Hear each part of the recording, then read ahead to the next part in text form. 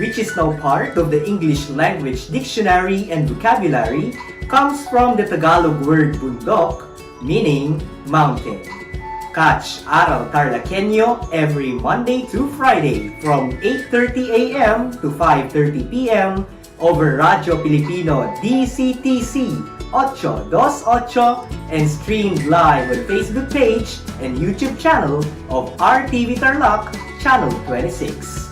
I am Jeremiah Gahutan, your English teacher broadcaster. Let's learn English together only here on Aral TarlakHenyo.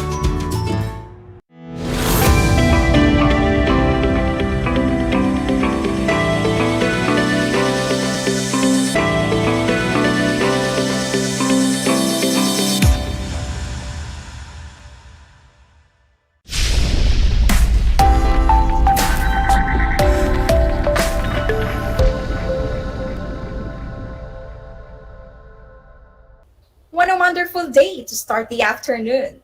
I am teacher Jennifer C. Pascual from La Paz National High School, your teacher broadcaster right here at Aral TarlakHenyo, RTV Tarlac Channel 26, simulcast over DZTC 828, Radyo Pilipino, Tarlac.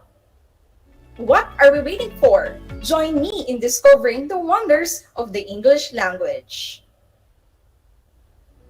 Please have your learning activity sheet with the competency, explain visual verbal relationships illustrated in information maps found in expository texts.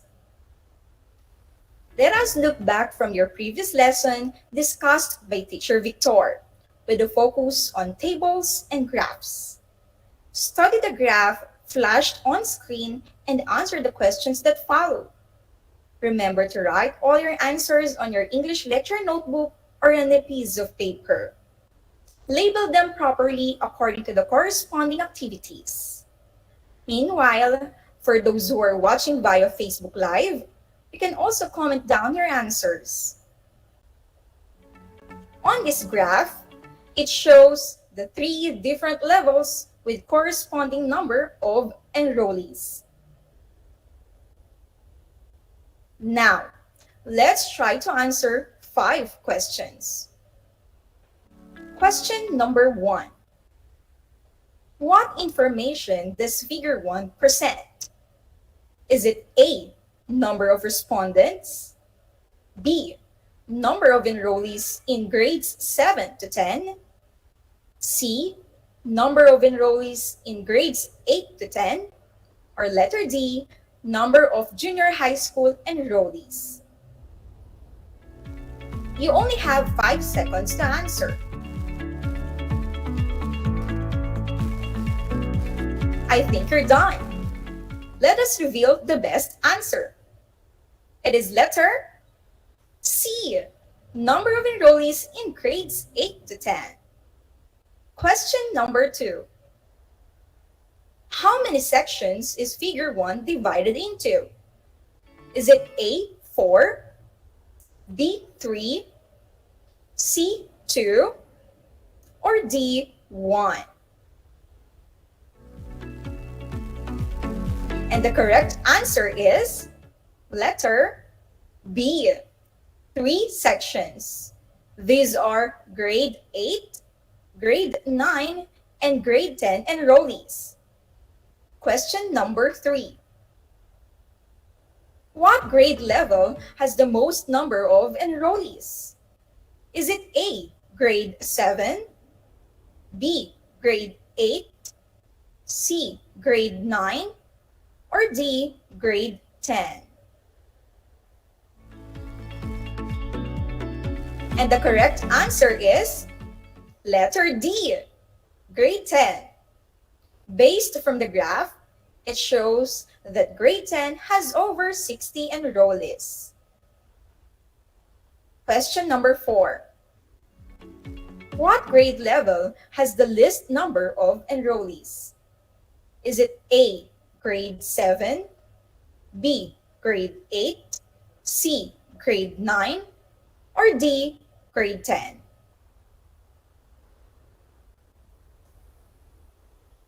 The correct answer is letter C, grade 9. Based from the graph, it shows that grade 9 has 10 enrollees. Question number 5. What type of graph does the data present?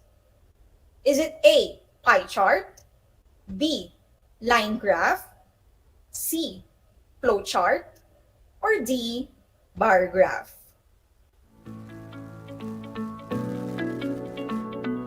The correct answer is letter B, line graph. Got a perfect score? Well done! I am sure Teacher Victor is proud of you. We have learned from the previous lesson that the use of visuals helps us in understanding data or information. Without reading much the text, one may easily identify and classify the given information through visual presentations, such as graphs and tables. Now, as we open our new lesson, I want you to pick words from the word pool flashed on screen to complete the paragraph. These are the terms to choose: comprehension, fact-based, visual verbal, analytical, visual, and thinking. It's your turn. Fill in the blanks with correct terms. Understanding blank relationships is a powerful tool to improve blank of concepts, ideas, and other data presented in an expository text.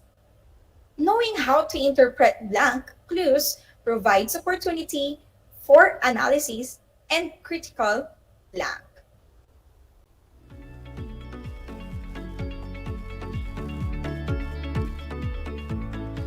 Are you done? Let's check your answers. Number 1, it is visual verbal. For number 2, comprehension. For number 3, visual. And 4, thinking. It goes like this: understanding visual verbal relationships is a powerful tool to improve comprehension of concepts, ideas, and other data presented in an expository text. Knowing how to interpret visual clues provides opportunity for analysis and critical thinking. Did you choose the right terms? That's nice. I'm happy to know that you could understand the value of visual verbal relationships. But let's take a look first with the 5 different information maps, our new lesson for this afternoon. And after the discussion, we will practice your analysis and critical thinking skills. Let's begin with concept map. It is a graphical tool that visually represents relationships between concepts and ideas. Most concept maps depict ideas as boxes or circles, which are structured hierarchically and connected with lines or arrows. This is how it looks like. One is drawn with circles, and one is formed with boxes. The most important thing is to connect the relationship between concept and ideas. Let's have an example. One believes that ideas written in circles around the bigger one are connected to the word triangle. Where it is closed, it has straight sides and has 3 sides. Isn't it easy to remember? Let's have another example of a concept map formed with boxes. The main concept is about trees, where it is connected to the ideas that trees give oxygen and wood. Oxygen is also important to humans, plants, and animals, while wood is used to make paper, houses, and furniture. Let us now move to brace map. It is used for something concrete that can be broken into components or subparts. It shows part to whole relationship. This is how it looks like. You will start your whole item on the left side and breaking it into parts on the right hand side. This example shows that books have bindings, covered, and have pages. Breaking it into its parts, such as books have titles, authors, pictures, contents, plot or story, and index. The next information map is double bubble map. It is used to identify points of similarity and difference. This is how it looks like. Two ideas being compared are written in the two larger center circles. Outside bubbles contain things that are only possessed by relevant to one of the two ideas, items, or events. The ideas are spiders and bats. Their similarities are they are both superheroes, insects, and color black. While outside bubbles contain their differences such as spiders are poisonous, arachnids, and spinwebs. Bats can fly, pollinate fruit, and they are mammals. Fourth one is thematic map. It is a type of map that portrays the geographic pattern of a particular subject matter in a geographic area. This usually involves the use of map symbols to visualize selected properties of geographic features that are not naturally visible, such as temperature, language, or population. This map shows the northern part of the Philippines. It visualizes the geographic feature of temperature. It has also corresponding data according to its legend or label. This is the map of the Philippines and its corresponding dialect or dialects. Lastly, the story map.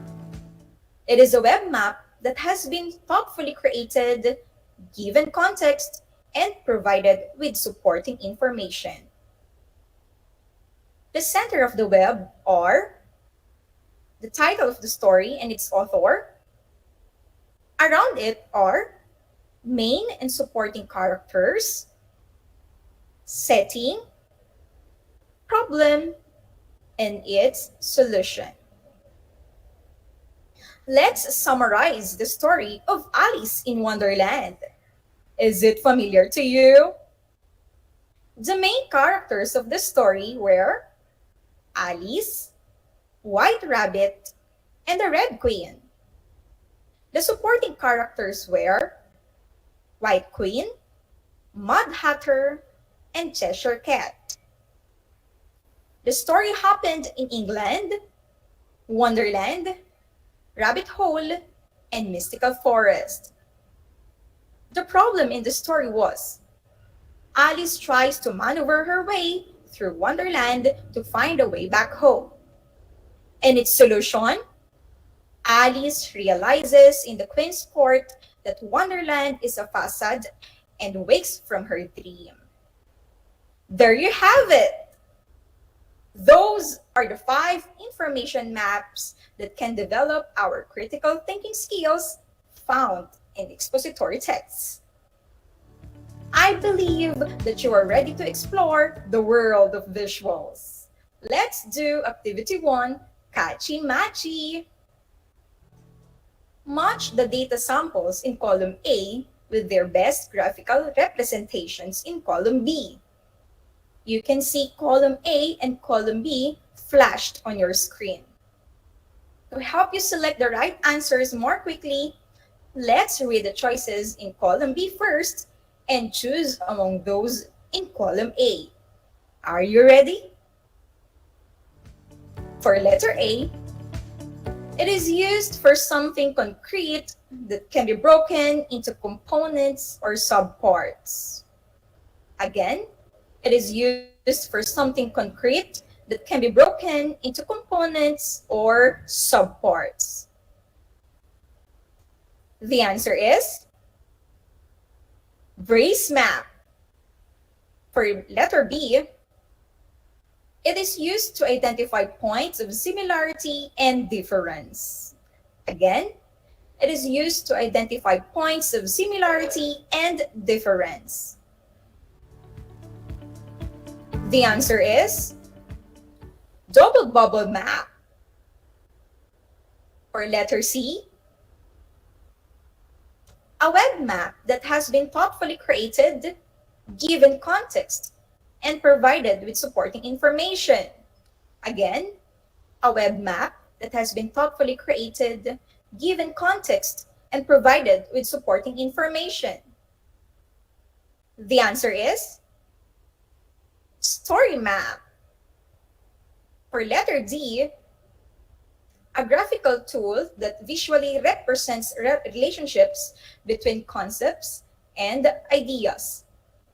Again, a graphical tool that visually represents relationships between concepts and ideas. The answer is concept map. For letter E, a type of map that portrays the geographic pattern of a particular subject matter in a geographic area. Again, a type of map that portrays the geographic pattern of a particular subject matter in a geographic area. The answer is thematic map. Did you get a perfect score? Great! Let's understand more the lesson by answering activity number 2, find the map. Study the thematic map and answer the following questions.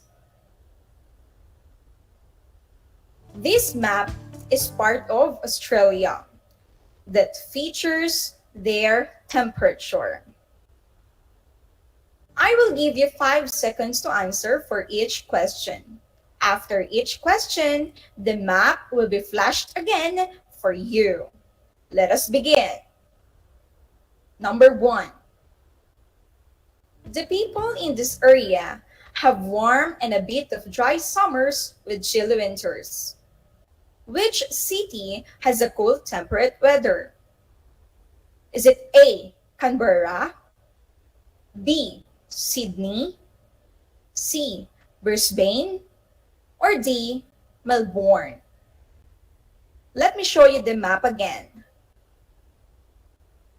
The people in this area have warm and a bit of dry summers with chilly winters. Which city has a cool temperate weather? Is it A, Canberra, B, Sydney, C, Brisbane, or D, Melbourne? Let us reveal the correct answer.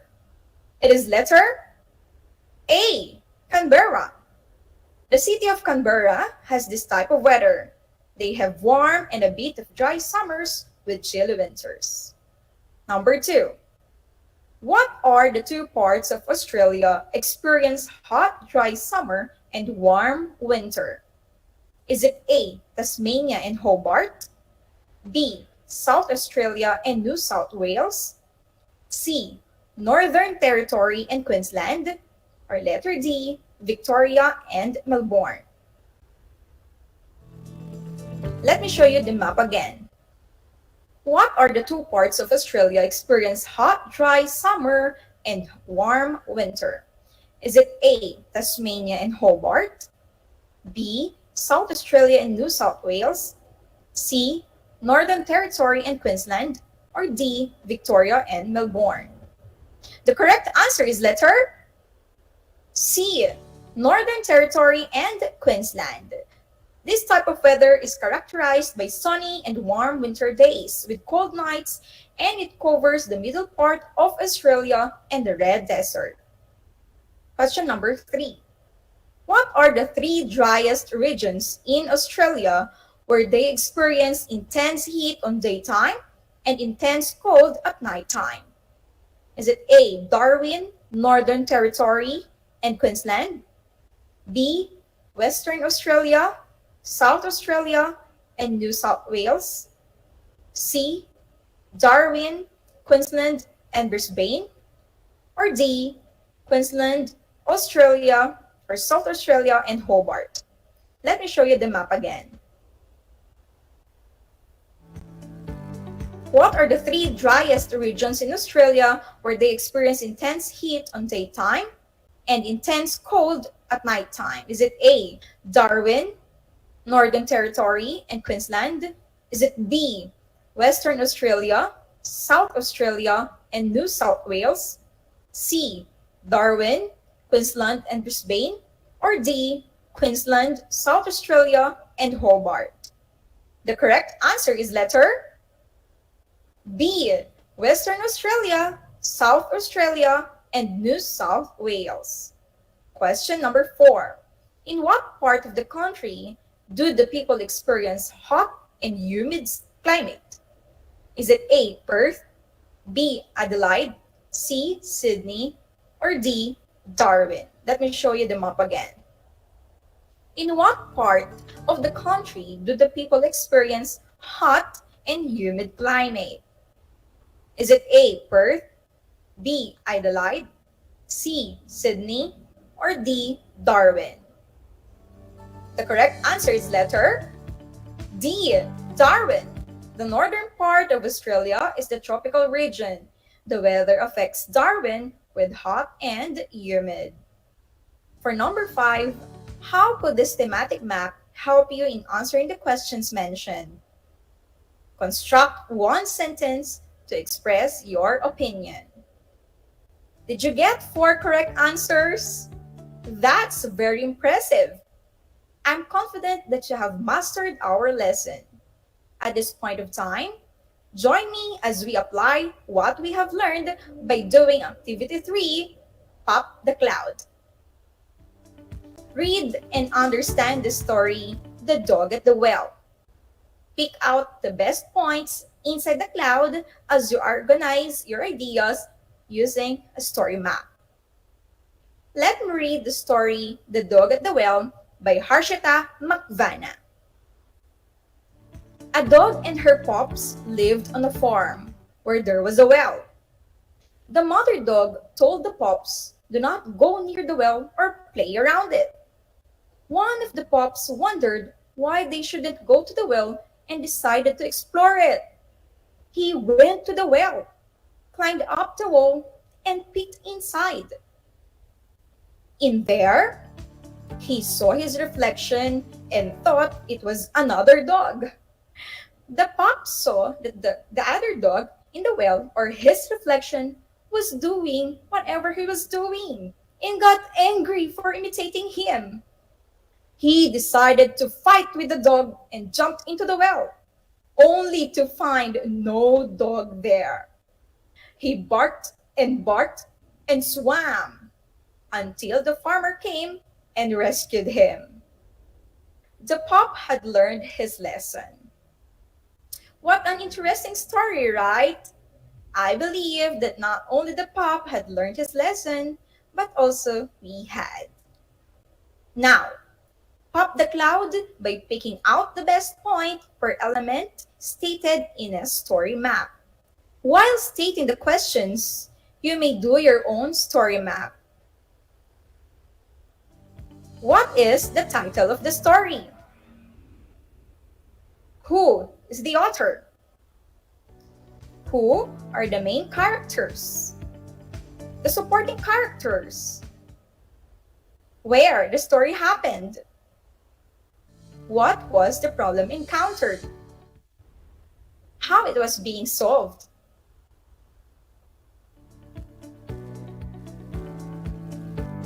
Are you done? Let's check your answers.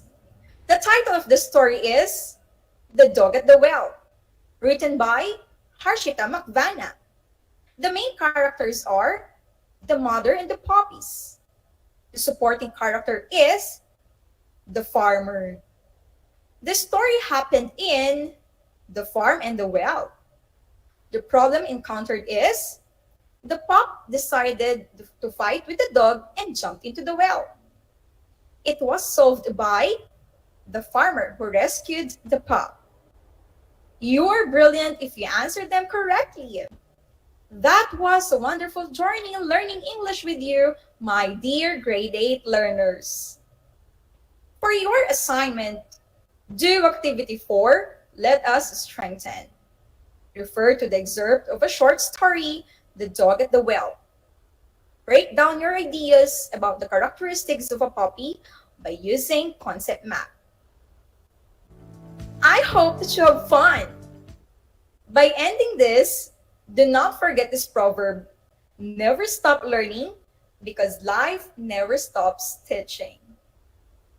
Once again, live here at La Paz National High School, this has been your teacher broadcaster in English 8, Miss Jennifer Cruz Pascual, always reminding you to always pray to keep COVID away. Keep safe, everyone, and have a great day.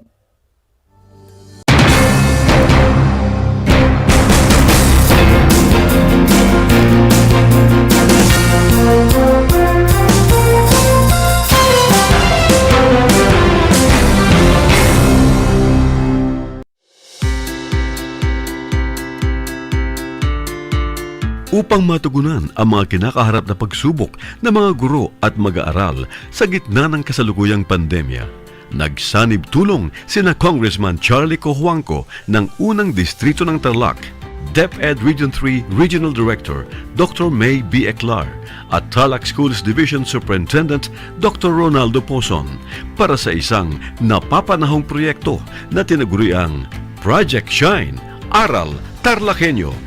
Ang mga mag-aaral ng Grade 4 at Grade 5, ganun din ang Grades 8 and 9 sa buong probinsya ng Tarlac, kasalukuyang sumasailalim sa radio-based instruction. Katuwang ang himpilang DZTZ 828 kHz AM at RTV Tarlac, Channel 26. Ang Tarlac po nangunguna po ngayon pagdating po sa radio-based instruction.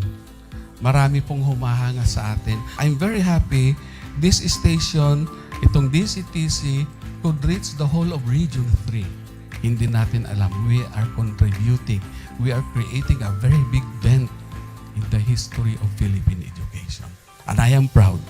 I am here in Tarlac. This is the noble cause of education in which you and I, without you knowing it, we are bound to do.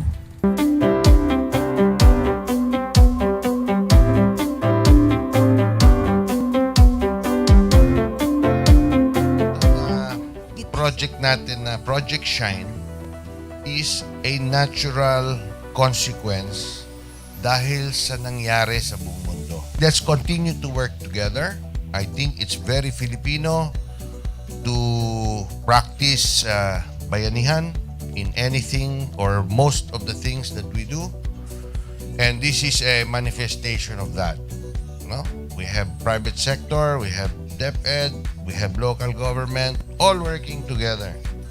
And I hope the parents of some of these children, especially the parents that did not graduate from school or hindi nakapag-aral nung sila ay bata, sana naman gamitin na nila itong opportunity na mag-schooling na rin sila kasama ng mga anak nila para mag-bonding pati ang mga magulang sa mga bata. I look at this as doing God's work. Diba? So if you do God's work, it feels right. It's righteous. It's for good, not for evil. Good morning and happy learning, grade 4. Welcome to Aral TarlakHenyo here on RTV Tarlac, Channel 26. Simulcast over DZDZ 828, Radio Filipino Tarlac. I am Teacher Mercy Pacheco Bognot. This is Alistair Aidatu. I am Marie Josephine B. Andrade. I am Teacher Princess Marie M. Dueñas, and I will be your teacher broadcaster for today.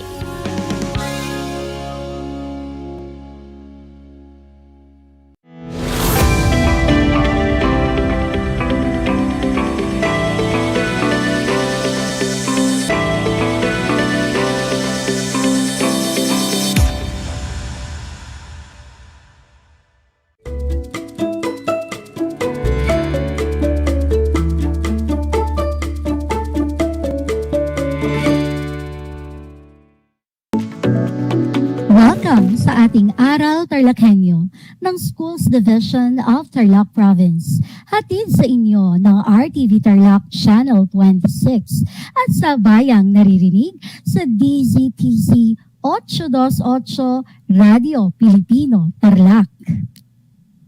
Magandang araw, naririto na naman tayo.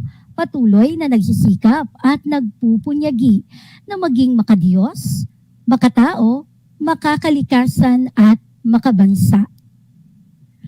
Kumusta na kayo mga ginigiliw kong mag-aaral?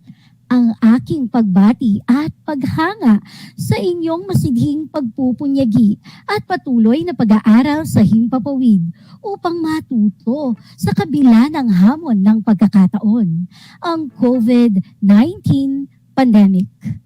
Ako ang inyong teacher broadcaster sa Araling Panlipunan Grade 8, Ginang Jennifer Ocoma Hanoya mula sa lungsod ng Tarlac. Naririto para gabayan kayo at samahan kayong unawain ang ating paksa sa araw na ito. Mga giliw kong mag-aaral, muli kong ipinapaalala ang ating kasunduan bago ang talakayan. Una, siguraduhin kayo ay nasa komportableng lugar habang nakasubaybay sa Aral TarlakHenyo. Pangalawa, ihanda ang CP ng inyong Module 5, papel at ballpen na gagamitin sa ating pag-aaral.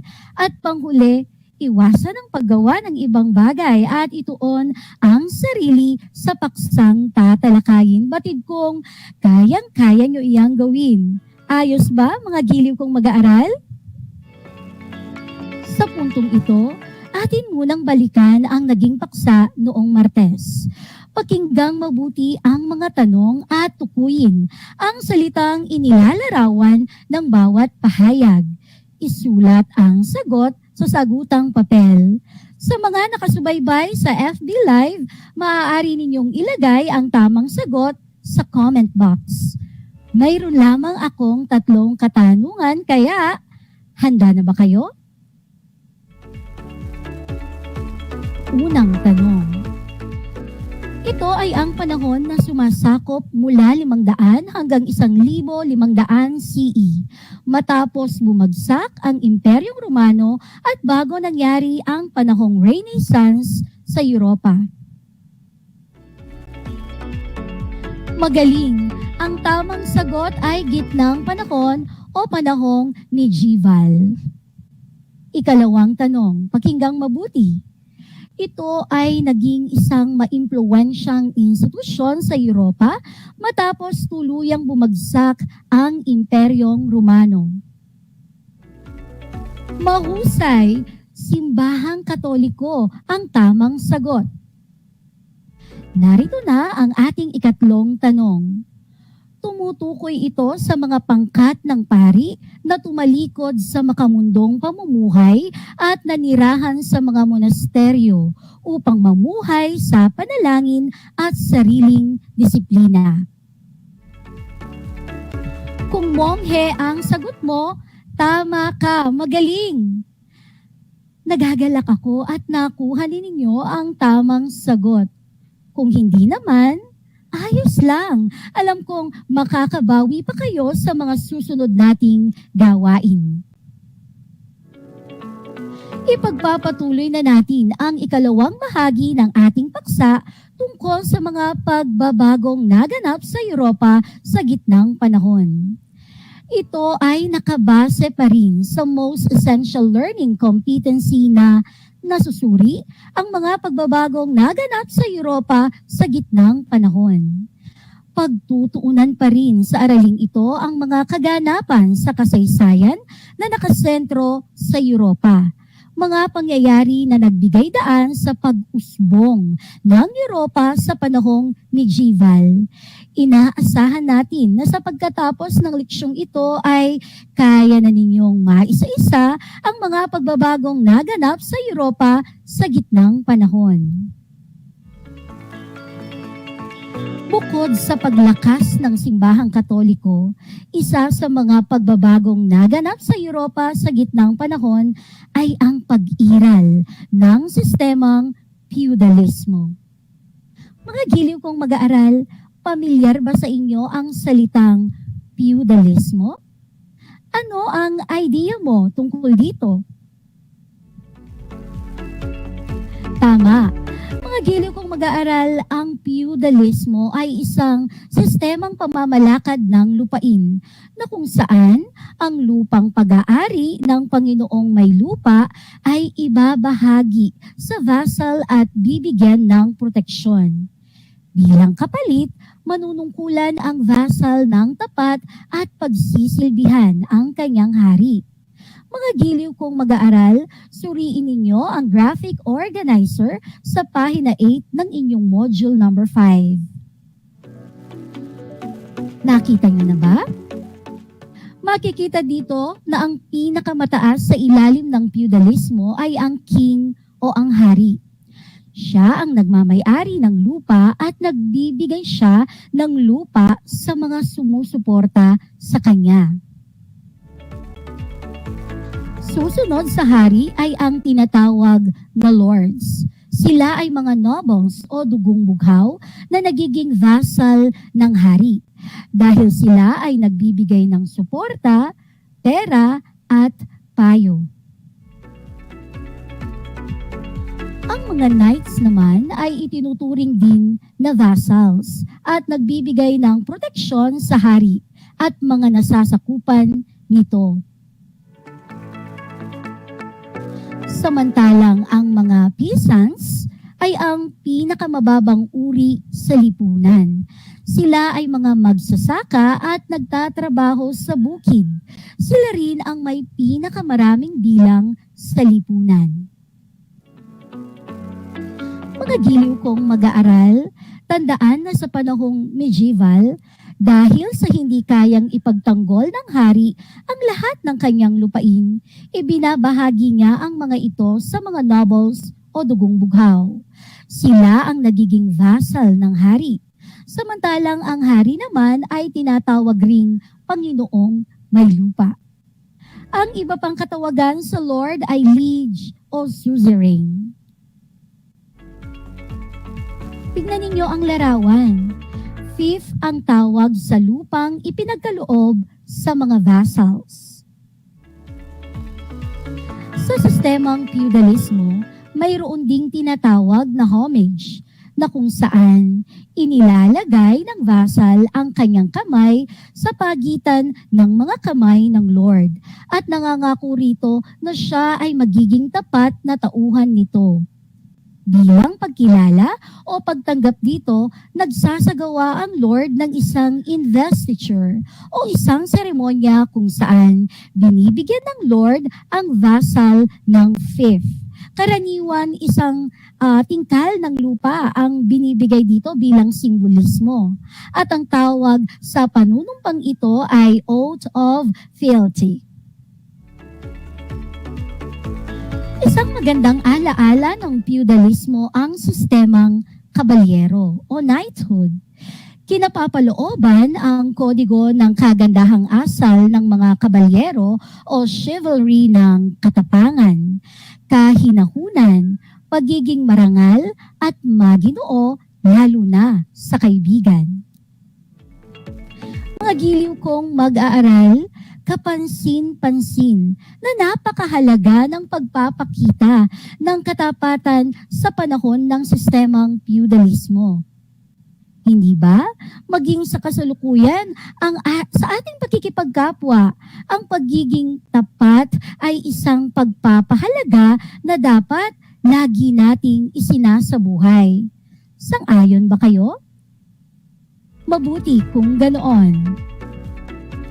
Nahahati sa 3 pangkat ang lipunang Europeo sa panahong feudalismo.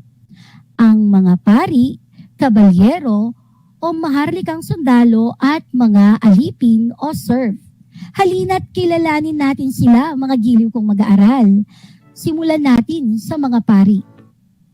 Ang mga pari ay hindi itinuturing na natatanging sektor sa lipunan sapagkat ang kanilang posisyon ay hindi namamana sa kadahilanang hindi sila maaaring mag-asawa. Ang mga pari ay maaaring manggaling sa maharlika, manggagawa at alipin. Ang mga kabalyero naman ang unang uri ng mga maharlika, tulad ng mga Panginoon ng lupa na maaaring magpamana ng kanilang lupain. Sila ay matatapang at malalakas na kalalakihan na nagkusang loob na maglingkod sa hari. Sila ay pinagkalooban ng lupa bilang kapalit ng kanilang paglilingkod. Samantala, ang mga serf ang bumubuo ng karamihan ng lipunan sa panahong ito sa Europa. Sila ay nananatili sa kanilang lupang sinasaka. Napilitan silang magtrabaho sa lupain ng kanilang mga Panginoon nang walang bayad. Lahat ng kanilang gawain ay dapat alam ng kanilang Panginoon. Mga giliw kong mag-aaral, tandaan ninyo na ang pinakamahalagang pangangailangan ng tao noong panahong ito ay seguridad at proteksyon. Kaya umiral ang sistemang feudal o sistemang feudalismo sa Europa. Bukod sa paglakas ng impluwensya ng simbahang Katoliko at pag-iral ng sistemang feudalismo, isa sa mga mahalagang kaganapan sa Europa sa panahong medieval ay ang pagkakatatag ng Holy Roman Empire.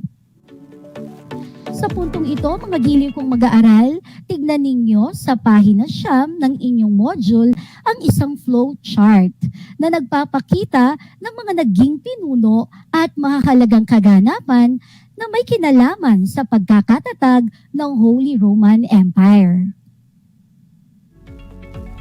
Noong taong 481, pinag-isa ni Clovis I ang mga tribo ng mga Franks at sinugod ang mga Romano.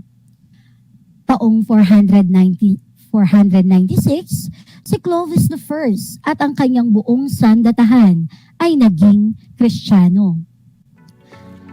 Noon namang taong 511, matapos mamatay ni Clovis I, ang kanyang kaharian ay hinati sa kanyang mga anak. Taong 687, ang tribong Franks ay pinamunuan ni Pepin II. Taong 1717, humalili kay Pepin II ang kanyang anak na si Charles Martel. At noong 751, si Pepin the Short na anak ni Charles Martel ay hinirang na hari ng mga Franks. Mga giliw kong mag-aaral, samahan pa rin ninyo ako at sundan natin ang iba pang madulang pangyayari sa pagkakatatag ng Holy Roman Empire. Kaya halina't mag-aral at matuto dito lang sa Aral TarlakHenyo. Noong sumapit ang taong 768, humalili si Charlemagne o Charles the Great sa kanyang ama na si Pepin the Short. Si Charlemagne ang naging isa sa pinakamahusay na pinuno sa panahong ito ng Europa. Sa edad na 40, kinuha niya si Alcuin, ang pinakamahusay na scholar upang magpaturo ng iba't ibang wika. Sinakop niya ang mga Lombard, Muslim, Bavarian at Saxon at ginawang mga Kristiyano. Pasko ng taong 800, si Charlemagne ay kinoronahan bilang emperador ng banal na Imperyong Romano. Si Pope Leo III ang humirang sa kanya bilang Emperor of the Holy Roman Empire. Sa panahon ng imperyo ni Charlemagne, ang mga scholar ang naging tagapangalaga ng kulturang Greco-Romano, ang pagsasama-sama ng elementong Kristiyano, German at Roman ang namayani sa kabias ng medieval o gitnang panahon. Nakakatuwa naman ang ipinamalas na pagmamahal sa karunungan noong gitnang panahon. Tulad ninyo na may pagpapahalaga rin sa edukasyon dahil pinipili pa rin ninyong ipagpatuloy ang pag-aaral sa kabila ng pandemya. Ipagpatuloy nyo lang ito mga anak at samahan na rin ng tamang pagsunod sa mga pangunahing health protocols at pagdarasal na sana ay matapos na ang pandemyang ito.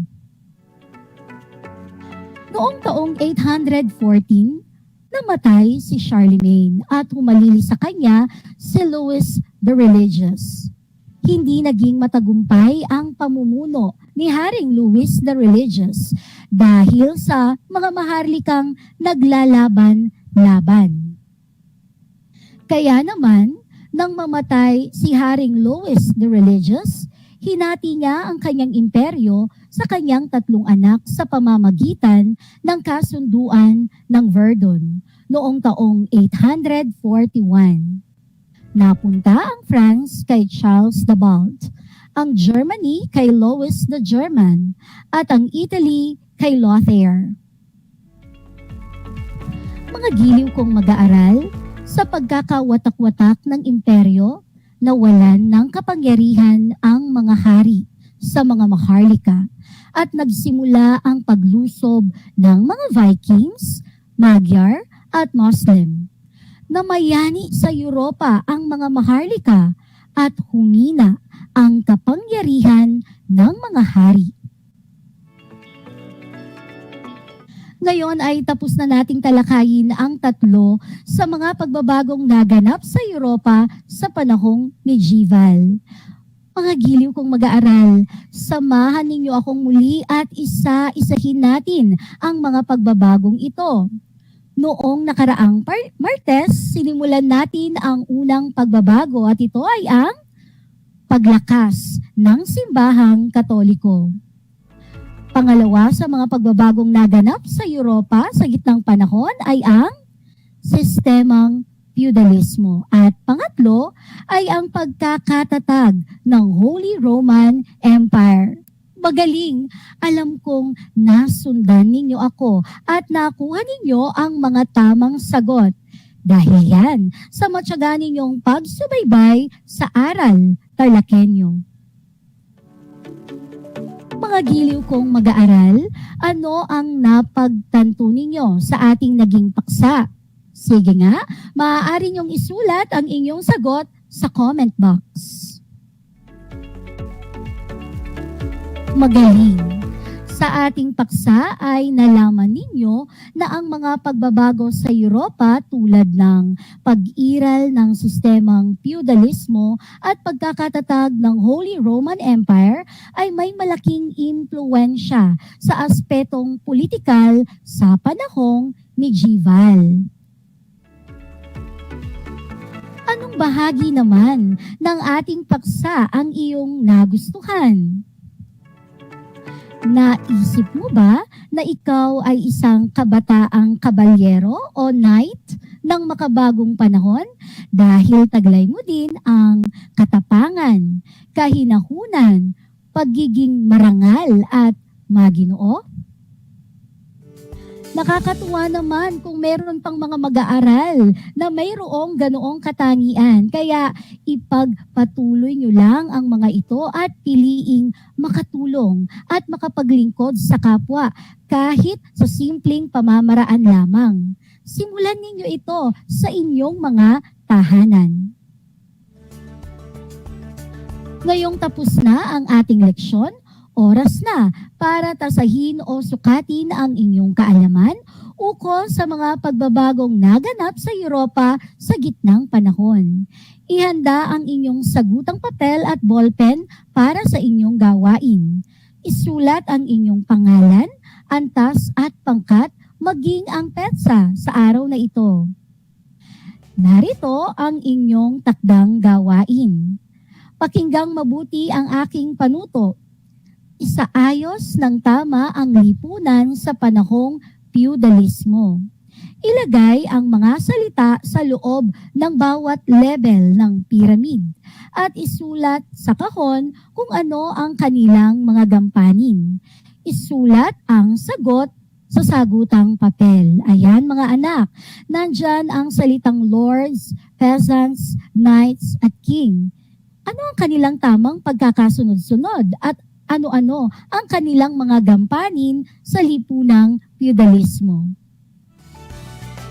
Kapag natapos mong sagutin ang iyong gawain, maaari mong kunan ng larawan gamit ang iyong cellphone at ipadala sa Facebook Messenger account ng iyong guro sa Araling Panlipunan Grade 8. Sa mga walang internet access, maaaring ipasa ng iyong magulang o guardian ang ginawang activity sa inyong paaralan sa itinakdang araw ng pagsasaoli o pagkuha ng module. Tandaan na napakahalaga ng pagsunod sa mga health protocols gaya ng pagsusuot ng face mask, paghuhugas ng kamay, at ang physical distancing sa pagsasaoli at pagkuha ng module. Isang leksyon na naman ang ating natapos talakayin sa Araling Panlipunan Grade 8. Upang mas maunawaan ninyo ang ikalawang bahagi ng ating aralin ukol sa mga pagbabagong naganap sa Europa sa gitnang panahon, basahin ninyong muli ang pahina 5 hanggang pahina 10 ng Module 5. At para sa susunod nating aralin tungkol sa krusada at manoryalismo, huwag kalimutang pag-aralan ang nilalaman ng pahina 10 hanggang pahina 11 ng inyong module. Inaasahan ko na kayo'y natuto sa ating talakayan sa araw na ito. Muli, ako ang inyong naging guro sa Araling Panlipunan Grade 8, Kinang Jennifer Ocoma Hanoya, na nagsasabing, ang pag-aaral ng Araling Panlipunan ay daan sa pagiging makadiyos, makatao, makakalikasan, at makabansa. Hanggang sa muli.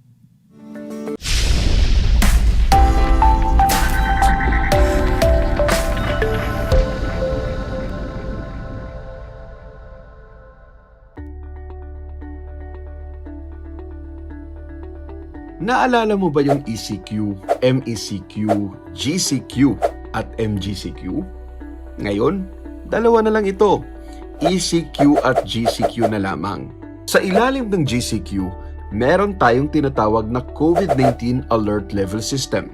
Ito ay bahagi ng pinakabagong Community Quarantine Classification, kung saan may alert level system na nahahati sa 5. Ang level ay nababase sa case transmission, total bed utilization rate at ICU utilization rate ng isang syudad o munisipalidad. Ang bagong classification system ay binuo ng IATF upang mapigilan ang pagkalat ng COVID-19. Ito ay nakabase sa mga alituntunin ng 3C strategy na closed, crowded at close contact. Ang bagong sistema ay sinusubukan pa lang sa Metro Manila gamit ang Alert Level 4. Pero ano nga ba ang mangyayari sa level na ito?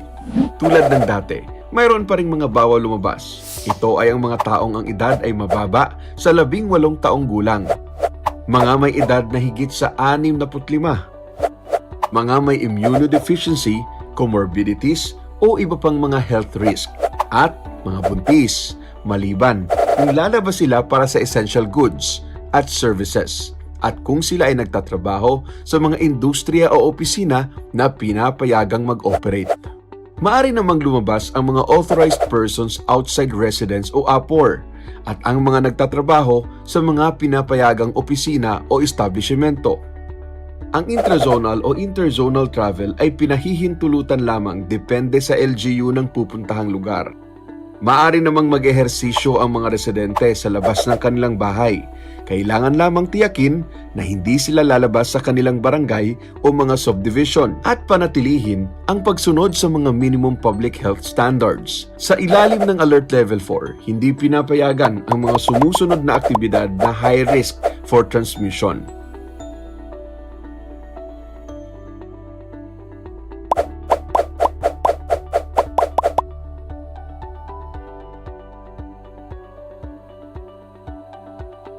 Pinapayagan pa rin namang mag-operate ang ilang essential stores tulad ng grocery at butika. Para sa mga restaurant, maaaring mag-dine-in sa alfresco o outdoor restaurants pero hanggang 30% capacity lamang.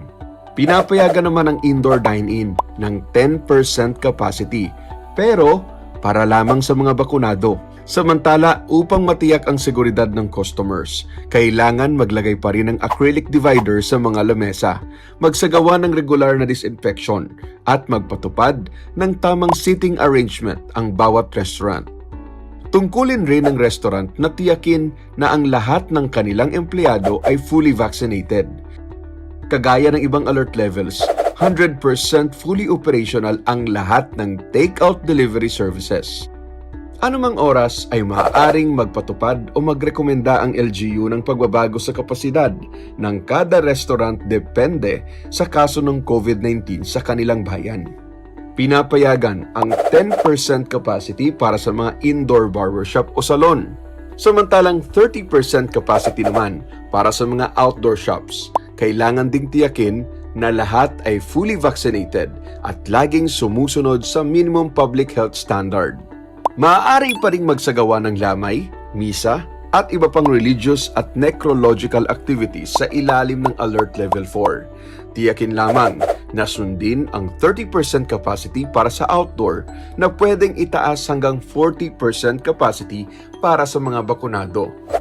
Samantalang ang mga pari, pastor, imam o sino mang mag-assist sa simbahan ay kinakailangang fully vaccinated at ang mga lamay ay limitado lamang sa mga immediate family members. Patuloy ding hinihikayat ang mga kumpanya na ipatupad ang work from home arrangement. Habang nananatiling fully operational naman ang mga government agencies, ngunit papayagan lamang ito hanggang 20% on-site capacity. Tandaan, ang mga granular lockdown o alert levels ay pansamantala lamang. Laging sundin ang minimum public health standards para maiwasan ang pagkalat ng virus. Magpabakuna rin tayo kapag nabigyan ng pagkakataon. Makipagtulungan tayo sa ating pamahalaan upang magtagumpay sa ating laban sa pandemyang COVID-19. Stay safe, stay at home. Para sa mga karagdagang impormasyon, i-follow ang mga social media platform ng gobyerno tulad ng DOH, NTF COVID-19 at PCOO.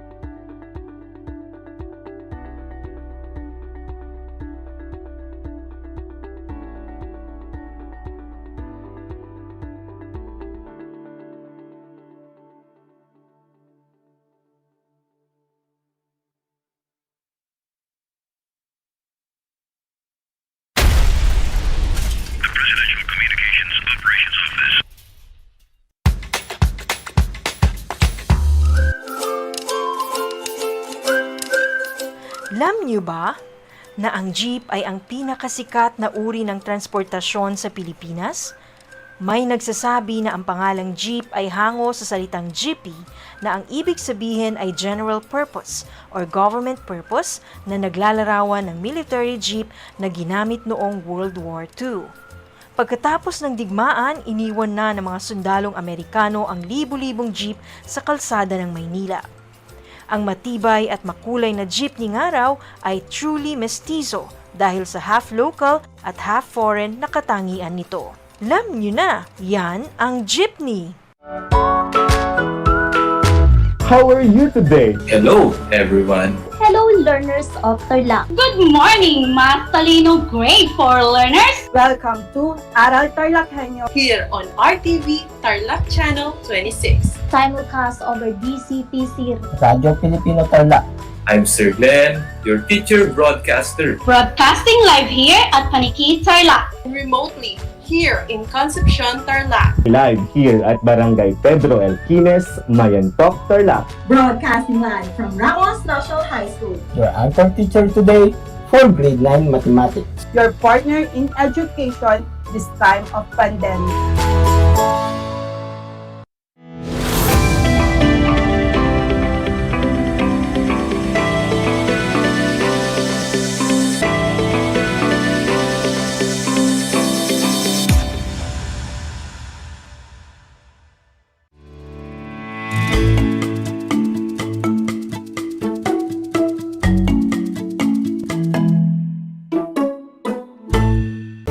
Grade 8 learners, welcome to Aral TarlakHenyo, here on RTV Tarlac, Channel 26.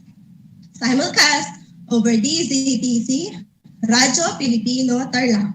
You can also watch and join us in a new learning experience by Facebook Live of RTV Tarlac Facebook page. This is Sarah Jane Constantino, your teacher broadcaster in TLE Grade 8 Caregiving. Broadcasting live here at Estrella Aquino National High School, formerly Caluluan High School Annex, Concepcion, Tarlac. Join me as we learn together in 25 minutes filled with knowledge and skills. My dear learners, how are you doing today? I hope you are all doing great and in good health while learning with us. At this point, I want you to prepare your module in caregiving as well as your pen, paper, and notebook so you can take down some notes as we go along with our lesson for today. Make sure that you are in a comfortable place, free from unnecessary noise so that you can listen to our lesson very well.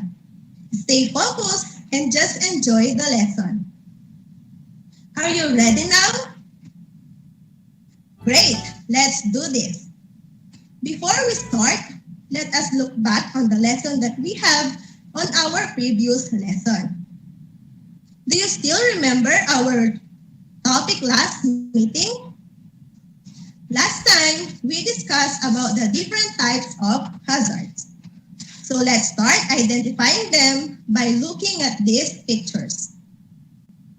What type of hazard is on the first picture?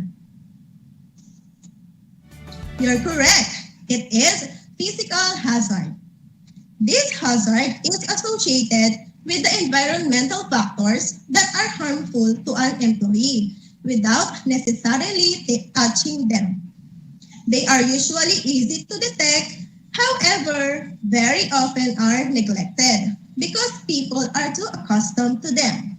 So examples of physical hazards are electrical hazard, endless loud noise, and spills on floors or tripping hazards. Next picture shows what type of hazards. Very good. It is biological hazard. It comes from working with animals, people, or infectious materials.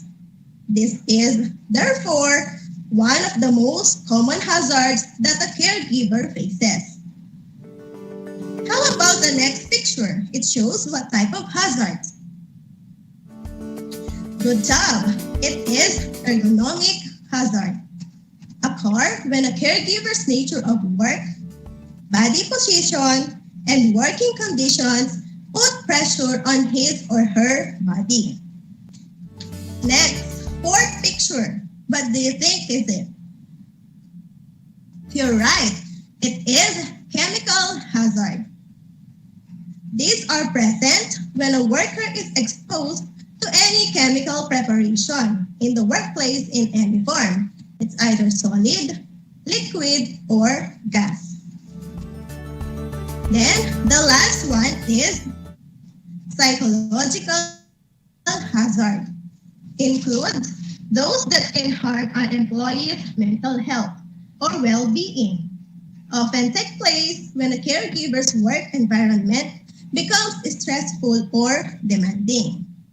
Again, the different types of hazards are physical, biological, ergonomic, chemical, and psychological hazards. I hope with that short review, you refresh your mind about our lesson last time. Are you ready now for our next lesson? If your answer is yes, let us now begin. Our topic for today is evaluating and controlling hazards and risks. At the end of this session, you are expected to follow occupational health and safety procedures in dealing with and for controlling hazards and risks. Evaluating and controlling hazards and risks. Once you recognize a hazard in the workplace, then you can proceed with risk assessment. That is, focusing on the risk that really matters in the workplace. Evaluating hazards and risks is the process of determining the level of risk created by the hazard and the likelihood of injury or illness occurring. Most of the time, simple measures can be done with no trouble, no control risk. So an example of this is making sure that cabinet drawers are kept closed so that people do not trip. Needless to say, the control of increases as the recognized level of risk increases. A person identifying the risk of harm or injury from a hazard in a nursing home, daycare, or even at home should consider these questions. How likely it is that a hazard will cause harm? How serious that harm is likely to be? And how often or how many workers are exposed? It is a must that you have a record of every risk assessment done. If a certain accident or damage happens again, it might be you that you will trace back the original records to check if the assessment overlooked a potential hazard. Assessing or evaluating the hazard or risk is crucial in making a decision on the mode of control to be used. In controlling hazards and risks, it is possible that workplace hazards can be controlled by a variety of methods. Hazard control comes in different processes, but one method may be effective than the others. So there are 5 categories of control measures. First, we have elimination. So eliminating a hazard means removing it completely. Second is substitution. Substitution is replacing or substituting a hazardous agent or work process with a less dangerous one. The third one is engineering control. Means changing a piece of machinery or a work process to reduce exposure to a hazard. Next, administrative control means working limited number of hours in hazardous area. So that is an example of administrative control. And the last one is personal protective equipment. Includes ear and eye protection, respirators, and protective clothing. So class, among these 5 major categories of control measures, which do you think is the most effective method? So, very good. The most effective method of control hazards and risk is through elimination. That is to take away or to get rid of the hazard. The general rule is that the use of protective equipment should be the last alternative in controlling hazards and risks in a workplace. As you can see on the picture, in the hierarchy of controls, although it is said that the most effective method of control measure is through elimination of hazards, a very good technique for a safe and healthy environment is through the utilization of combination of all these methods. Now, class, there are practical ways to prevent hazards and risks. So this is a closer look at electricity. First, ensure that all electrical equipment you use is in good condition. Next, check electrical cords and make sure they are not frayed. Next, dry your hands before attempting to use any electrical equipment.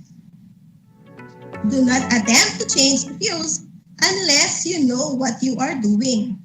And the last one, do not turn on appliances all the same time just because you want to save time.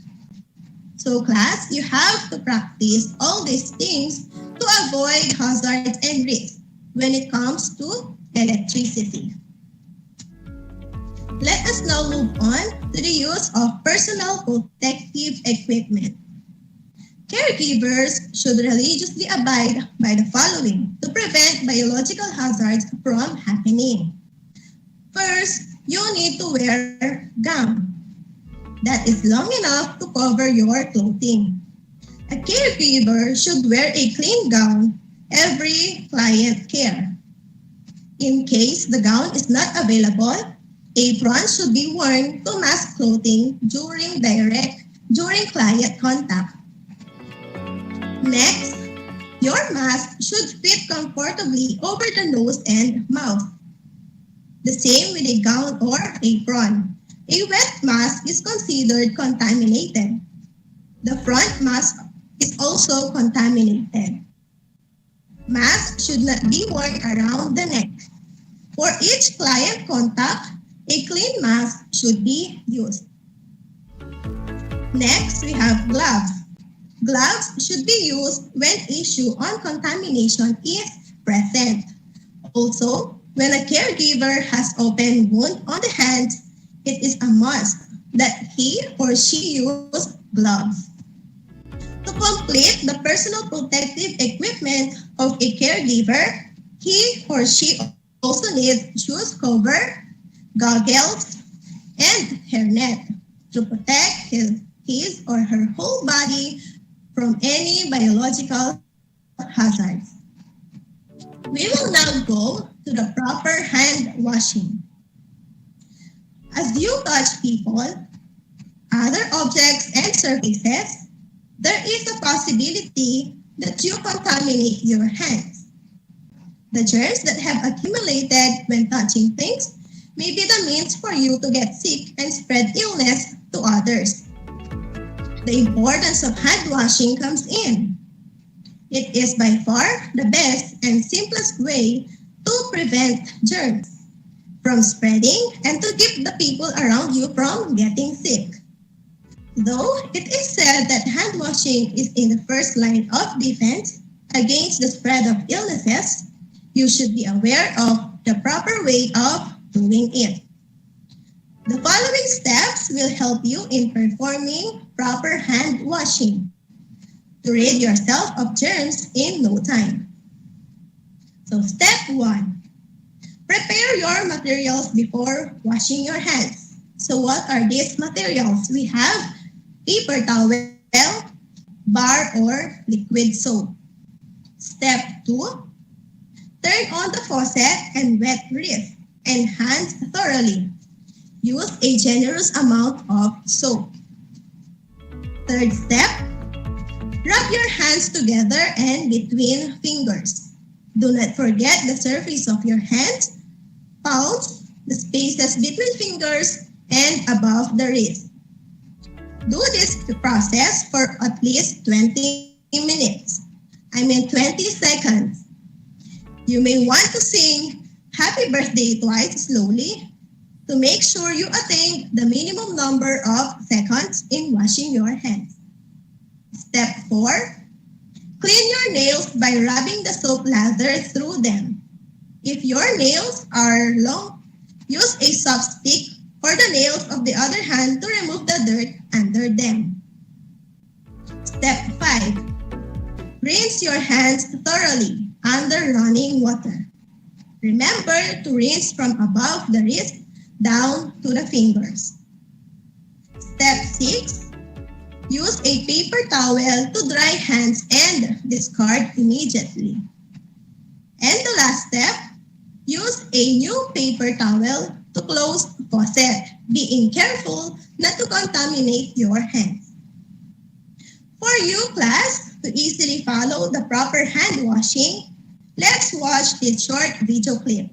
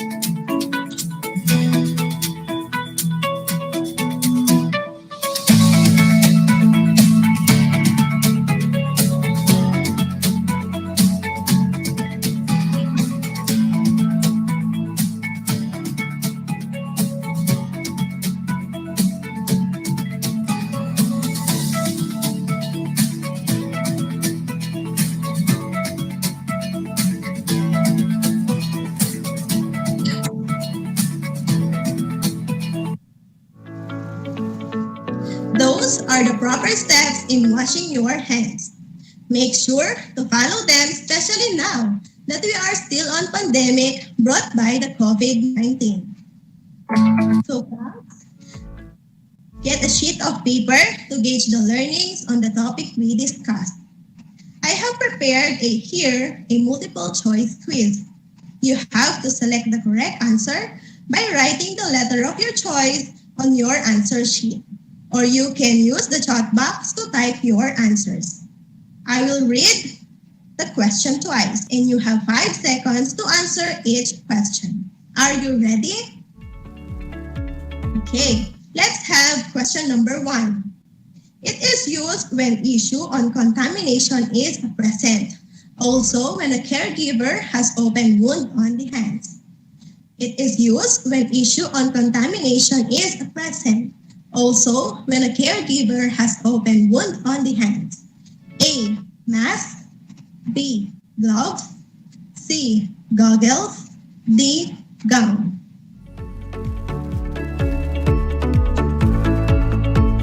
Question number 2. What is the most effective method of controlling hazards and risks?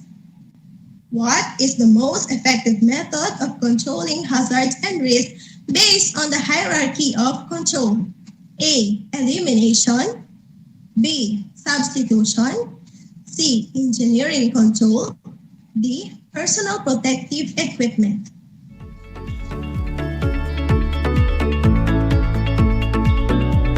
Question number 3. What is the first step in washing your hands? What is the first step in washing your hands? A. Turn on the faucet and wet hands. B. Prepare your materials. C. Rinse your hands thoroughly.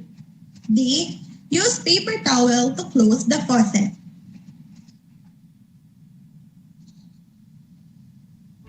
Question number 4. It is used to cover your clothing. If this is not available, you can use apron. It is used to cover your clothing. If this is not available, you can use apron. A. Gloves. B. Mask. C. Gown. D. Shoes cover.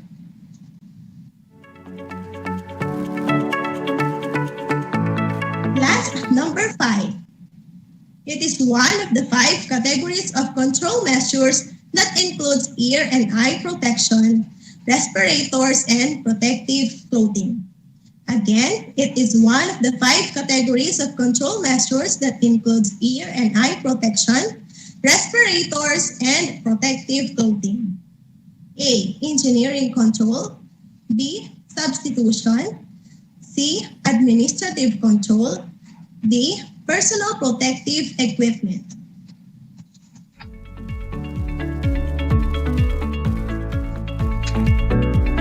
Are you you done, class?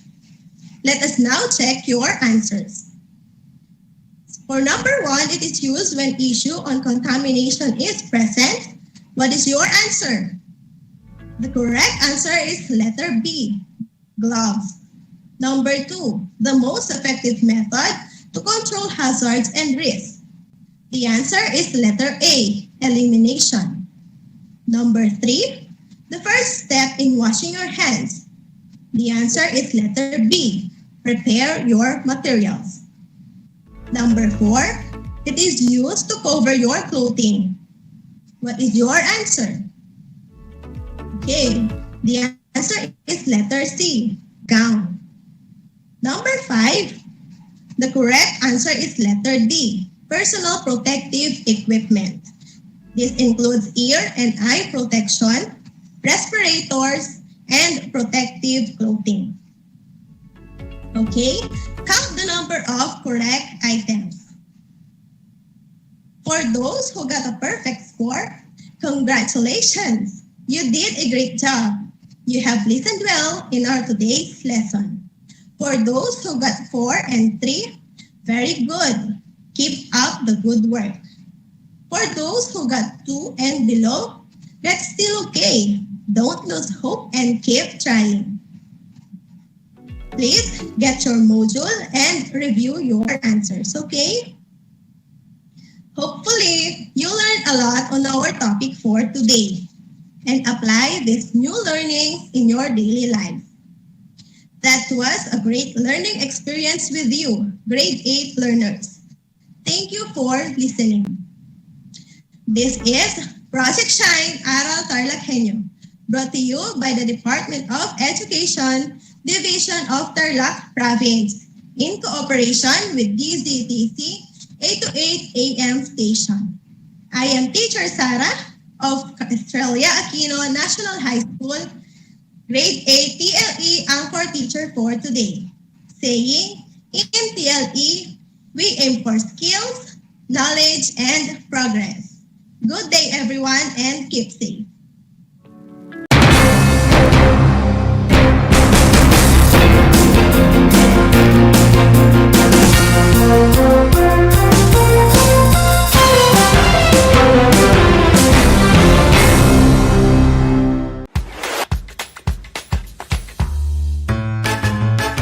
Alam niyo ba na ang salitang yoyo at ang makabagong bersyon nito ay naimbento ng isang Pilipinong nagngangalang Pedro Flores?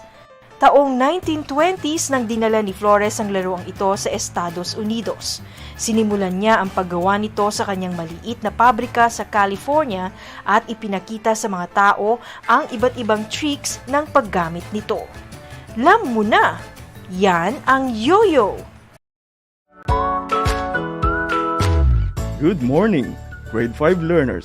How are you today? Welcome to Aral TarlakHenyo here on RTV Tarlac, Channel 26. Simulcast over DCTC, Radyo Pilipino, Tarlac. I am Sir Joshua Evaristo, your teacher broadcaster, aiming to give you another fun-filled learning experience, serving you with the different skills learn and have fun together.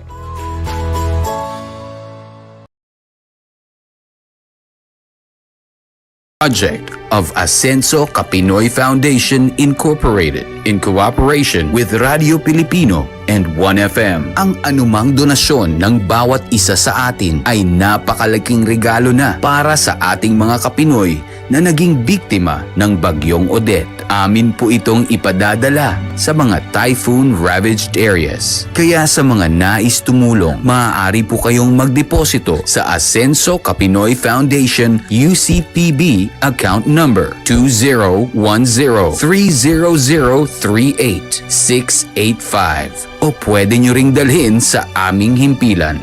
Tulong Kapinoy. Tulong ka, Pinoy. Tulong tayo, Kapinoy. Para sa karagdagang impormasyon, bisitahin ang Radio Pilipino o 1FM Facebook page.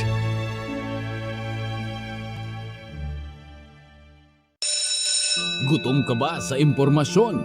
May namiss ka bang subject at leksyon? Gusto mo bang alalahanin ang nakaraan o dagdagan ang iyong kaalaman? Lahat yan alamin natin because the professor is in. Professor on air and online. Kasama si Professor Willie Perez. Isang oras na kaalaman, isang oras na makabuluhan. Professor on air. Mamangha at tumawa sa mga tips at trivia. Sa gabay at tanong, sagot ka rin niya. Professor on air and online. Kasama si Professor Willie Perez. Tuwing Sabado, alas 10 hanggang alas 11 ng umaga. Mapapakinggan sa Radyo Pilipino at mapapanood sa RTV Tarlac Channel 26. Professor on air. This is my story. Ano ang kwento ng buhay mo? Malungkot? Masaya? May kababalaghan? O puno ng aksyon? Ang bawat kwento ng kapwa nating Pilipino ay mahalaga. This is my story. Sama-sama nating ibahagi ito upang magbigay aral at inspirasyon sa ating lahat. This is my story. This is my story. Hosted by Mitch Desunia. Tuwing Sabado, alas 3 hanggang alas 4 ng hapon. Mapapakinggan dito sa Radyo Pilipino at mapapanood sa RTV Tarlac Channel 26. This is my story.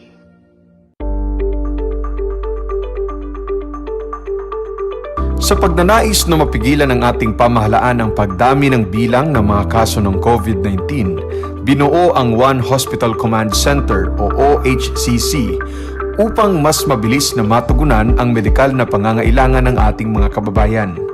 Bukas ang OHCC 24 oras araw-araw. Tumawag lamang sa mga hotline nito sa 0919-977-3333 o 0915-777-7777 o 02-886-50500. Maaari ring i-download ang Pure Force Citizens app sa Android o iOS upang mabilis na matugunan ang sinumang nangangailangan.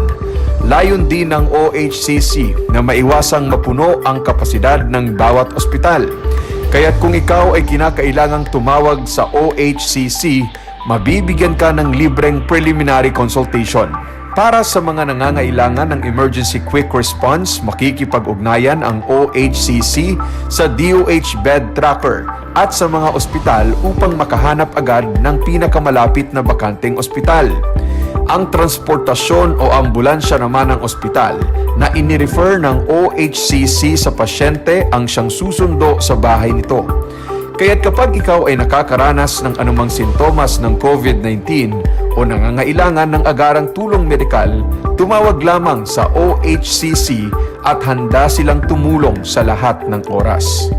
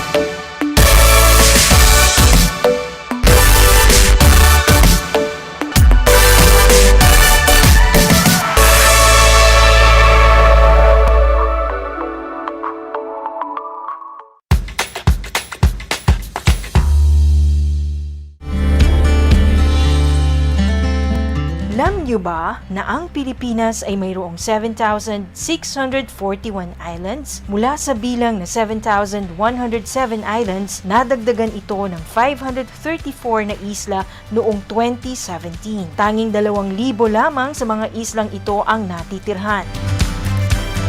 Alam niyo na! Yan ang mga isla sa Pilipinas. Kumusta mga giliw kong tagapakinig?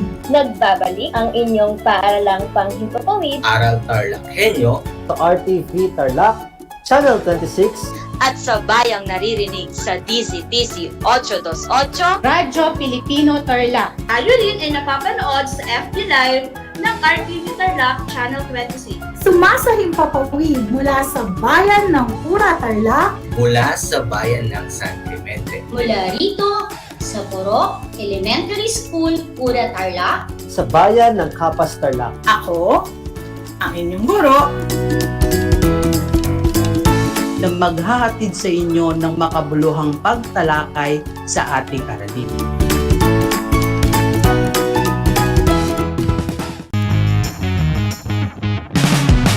I'm back! This is Sir Z, your teacher broadcaster. Magandang araw mga kapantas!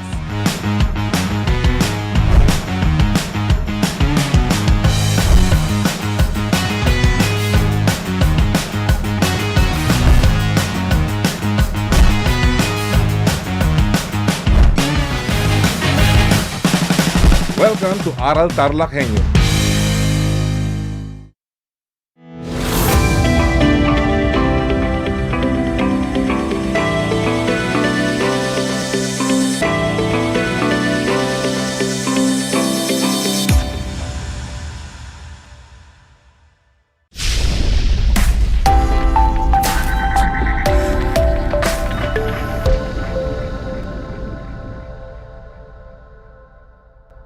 Broadcasting live from Victoria, Tarlac. You are watching Aral TarlakHenyo here on RTV Tarlac, simulcast over DZTC 828 Radio Filipino Tarlac. You can also watch us live via Facebook page and YouTube channel on RTV Tarlac Channel 26. Hello, grade 8 learners. I am Juliana Sabado Razon, your teacher broadcaster for Health Grade 8. Join me for 25 minutes of meaningful learning experience on air. Before we begin, I have some study tips to maximize remote learning. First, find a comfortable place that is far from noise, so that you will hear me loud and clear. Next, get all the materials you will need while watching or listening to our broadcast. Listen attentively and be interactive. You may use the comment box below if you have questions. You may also type your answers in the comment box during activity time. Grade 8 Health for second quarter is about family life. For this afternoon, you are expected to explain the importance of maternal nutrition, prenatal and postnatal care. Discuss the importance of newborn screening, the UPGAR scoring system, and the essential newborn care protocol.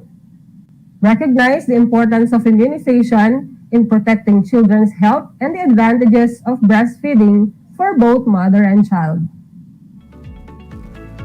Before going to our lesson for today, let us have a review of the previous lesson. Kindly get your activity sheets and let us answer activity number 1.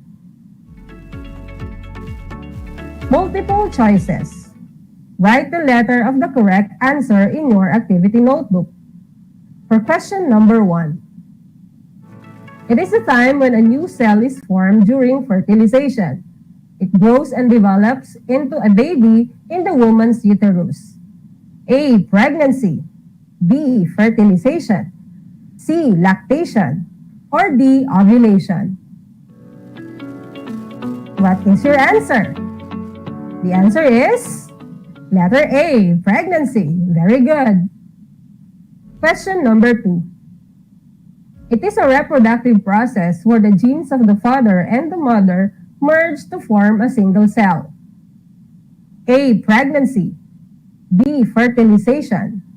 C, lactation. Or D, ovulation. What do you think is the correct answer? Letter B, fertilization. Good job. Question number 3. A phase of pregnancy that occurs from week 13 to week 27. In this period, most women start to look pregnant and begin to wear maternity clothes. It is also the easiest part of pregnancy. A, first trimester. B, second trimester. C, third trimester.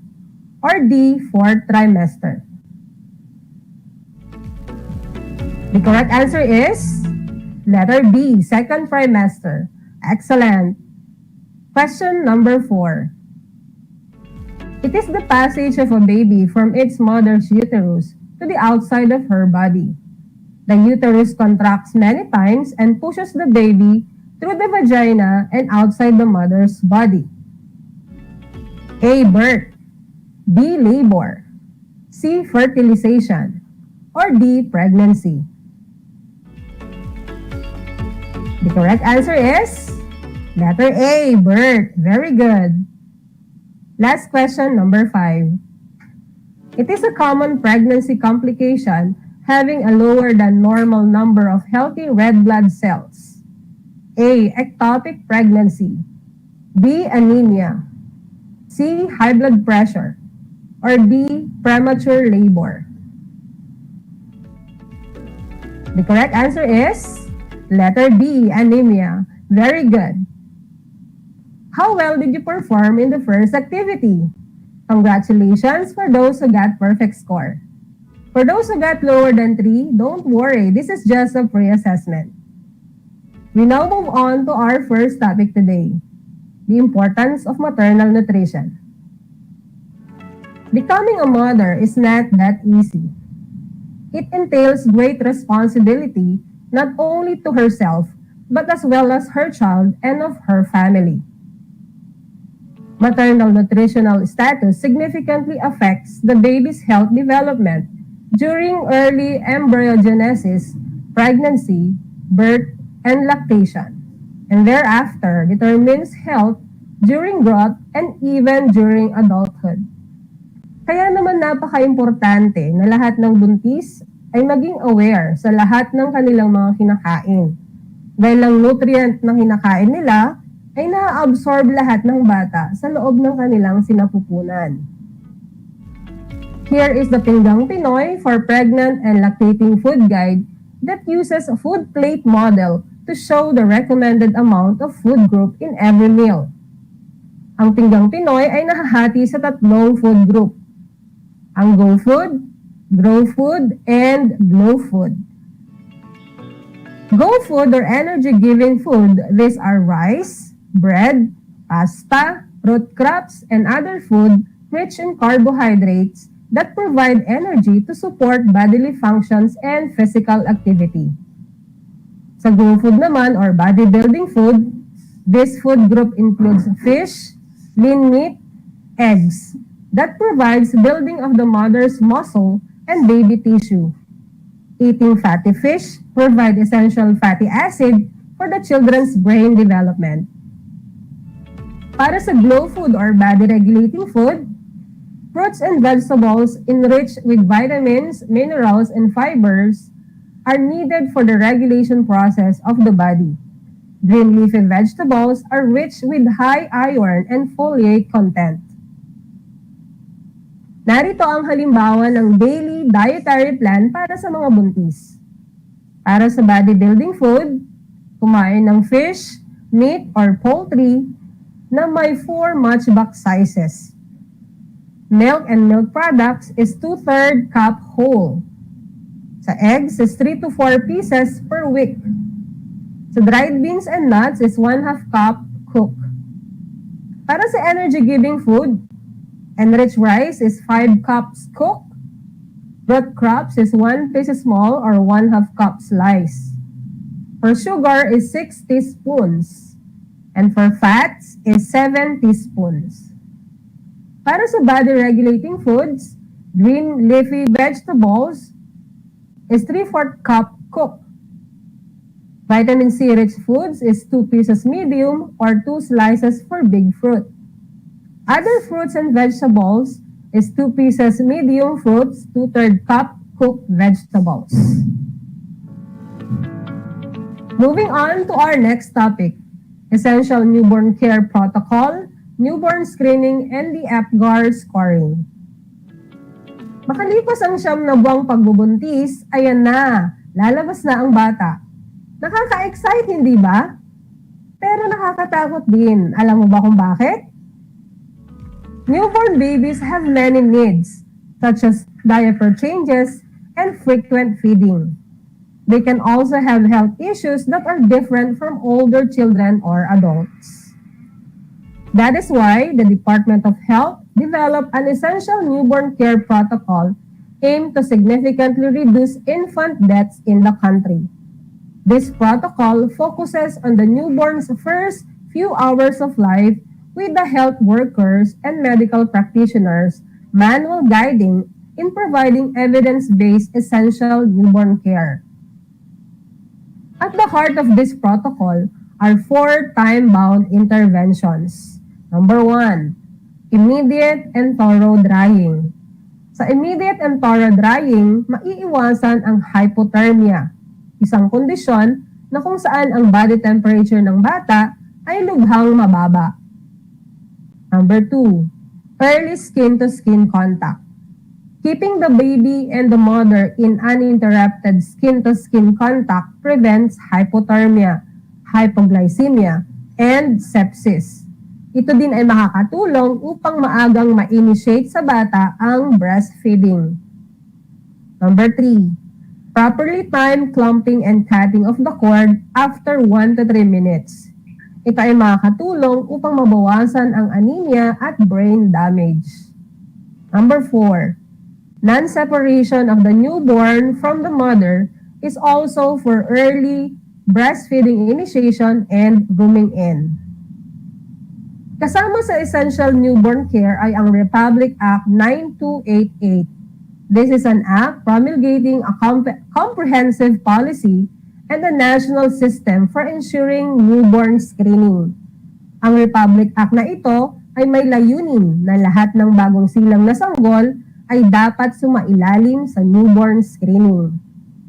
Newborn screening is a simple procedure to find out whether the baby has congenital metabolic disorder which, whether left untreated, can lead to mental retardation or even death. So what is the importance of newborn screening? Most babies with metabolic disorders look normal at birth.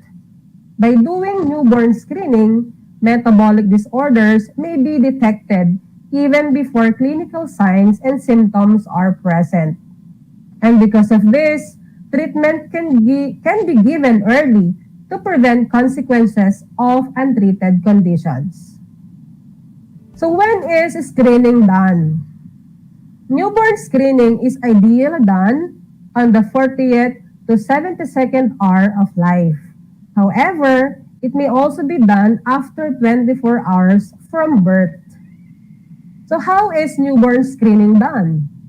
A few drops of blood are taken from the baby's heel, blotted on a special absorbent filter card, and then sent to newborn screening center.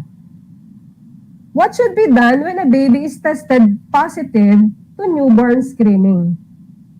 So babies with positive result must be referred at once to a specialist for confirmatory testing and further management. What are the disorders tested for newborn screening? The disorders tested for newborn screening are the following. 1. Congenital hypothyroidism. It is a partial or total loss of thyroid gland function that affects infants from birth. Number 2, congenital adrenal hyperplasia is a group of rare autosomal inherited recessive disorders characterized by a deficiency of one of the enzymes required to produce specific hormones. Galactosemia. It is a disorder that affects how a simple sugar, called galactose, is processed by the body. Phenylketonuria. It is a hereditary condition that raises blood levels of a substance called phenylalanine. Glucose 6-phosphate dehydrogenase deficiency or G6PD deficiency. The disease primarily affects the red blood cells which bring oxygen in the body from the lungs to tissues. Moving on to APGAR scoring system. APGAR score is a test to be given to newborn right after their birth. So APGAR or APGAR means appearance or skin color, pulse or heart rate, grimace or reflex response, activity, or muscle tone, and respiration or breathing rate. How to use the Apgar score for assessing newborn? First is to assess the baby's appearance or the skin color. Pale or blue skin color is 0 points, while pink body and blue extremities is 1 point. Completely pink skin color is 2 points. Next is the pulse or heart rate. Absent of pulse is 0 point. Less than 100 beat per minute is 1 point, while over 100 beat per minute is 2 points. Next is grimace or reflex irritability. Flaccid grimace is 0 point. Some flexion or extremities is 1 point, while sneezes, coughs, and pulls away is 2 points. Next is activity or muscle tone. Absent of activity is 0 points, while arms and legs reflex or flex is 1 point. Active movement is 2 points. Lastly is respiration. Absent of respiration is 0 point. Slow and irregular is 1 point. And vigorous cry is 2 points. 0 to 3 points is severely depressed. 4 to 6 points is moderately depressed. 7 to 10 points is excellent condition. What does the score mean? The baby is in good health if the test result scores 7 or above. A lower score doesn't mean that your baby is unhealthy. It means that your baby may need some immediate medical care, such as sanctioning of the airways or oxygen to help him or her breathe better. At this point of time, kindly get your activity sheets and let us answer activity number 2. Fill in the blank. Choose the letter or choose the correct answer in the box. Write your answer in your activity notebook. Number 1. Go food, or also known as blank, includes rice, bread, pasta, root crops, and other food rich in carbohydrates that provide energy to support bodily function and physical activity. What is your answer? The answer is energy-giving food. Very good. Number 2. Grow food or blank include fish, lean meat, eggs that provide building of the mother's muscle and baby's tissue. What is your answer? The answer is body-building food. Excellent. Number 3. Blank is a simple procedure to find out whether the baby has congenital metabolic disorder, which, whether left untreated, can lead to mental retardation or even death. What is your answer? The answer is newborn screening. Good job. Number 4. Apgar score is a test to be given to newborn right after their birth. Apgar means appearance or skin color, pulse or heart rate, grimace or reflex response, activity or muscle tone, and blank or breathing rate. What is your answer? The answer is respiration. Very good. Number 5. Blank is a disorder of a newborn baby that has a partial or complete loss of function of the thyroid gland that affects infants from birth. What is your answer? The answer is congenital hypothyroidism. Good job. How well did you perform in the second activity? Kindly type your score in the comment box. Congratulations to those who got perfect score. Now let's proceed to the prenatal and postnatal care. Prenatal care is a preventive health care for pregnant women. This can be done through regular check-up to prevent any health problems of a mother and a child. In the first stage, a pregnant woman should be taken care and avoid vices such as drinking alcoholic beverages, doing light exercises such as walking and yoga, and eating nutritious food. Since this period is crucial, a pregnant mother should get the necessary prenatal checkup and immunizations are strictly followed as scheduled. On the other hand is postnatal care. Postnatal period begins immediately after a mother gives birth to a child. This includes checking of temperature and feeding of a newborn baby, including weight, danger signs, eyes, and cord. It also includes giving vitamins and vaccination after birth. Aside from this, a mother also should be given care and assessment after giving birth. This includes plenty of rest to rebuild her strength and proper eating nutritious food. It is important to stay as healthy as possible because it affects the baby's breastfeeding. Moving on to the advantages of breastfeeding and the importance of immunization. Breast milk for a newborn 0 to 6 months is sufficient to meet the nutritional needs. Breastfeeding is the traditional and ideal form of infant feeding, meeting an infant's nutritional needs to his first 4 to 6 months of life.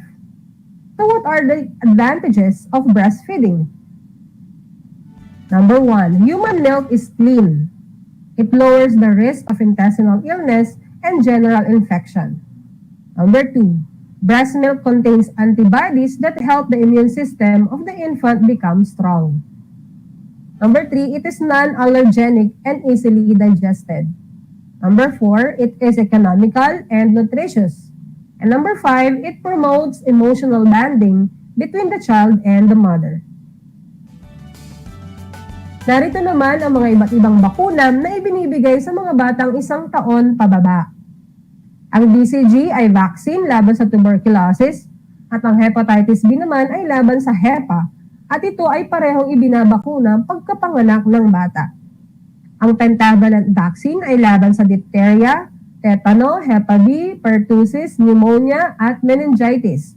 At ito ay binibigay para sa mga batang 1.5 month old para sa first dose, 2.5 month old para sa second dose, at 3.5 month old naman para sa third dose.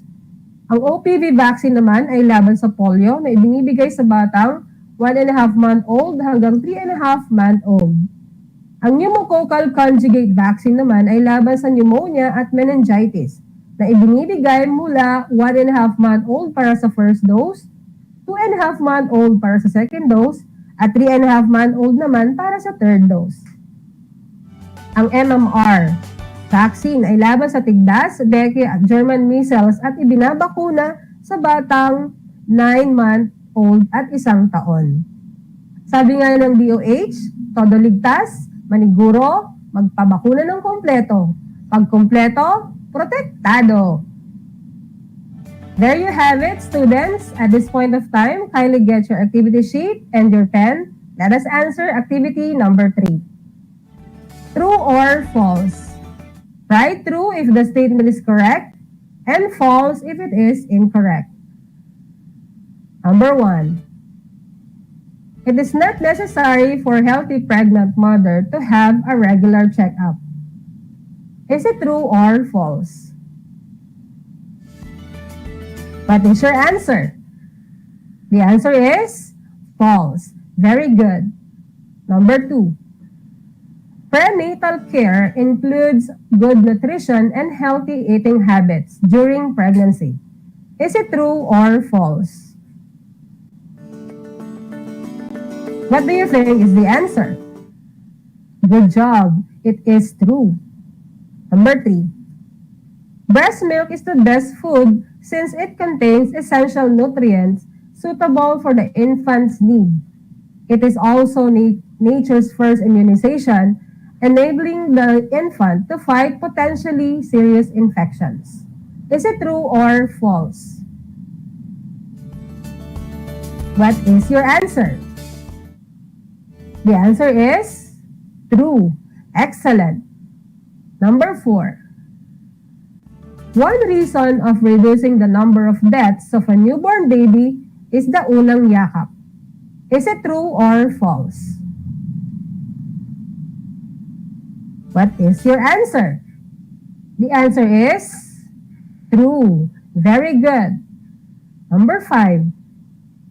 Healthy infants are not necessarily be provided with newborn screening because they are already in normal condition. Is it true or false? What is your answer? Very good. The answer is false. How well did you perform in this activity? Congratulations for those who got perfect score. Don't forget to send your scores to your MAPE teachers. Before I end, shout out po to Madam Dalen Roy, our EPS in MAPE. Thank you, ma'am. To Sir Aga Gonzaga for the accommodation as always. To our principal, Sir Angel Villamin. To Ma'am Jane Luzon, our head teacher in MAPE. To Ma'am Mary Ann Suliban. To Sir Ram Gawat. To Ma'am Erica Cardona for the technical moral support and being my makeup artist also. Thank you for participating. I hope you have learned a lot to our lesson today. This has been your teacher broadcaster, Juliana Sabado Razon, saying, take care, God bless, and be safe.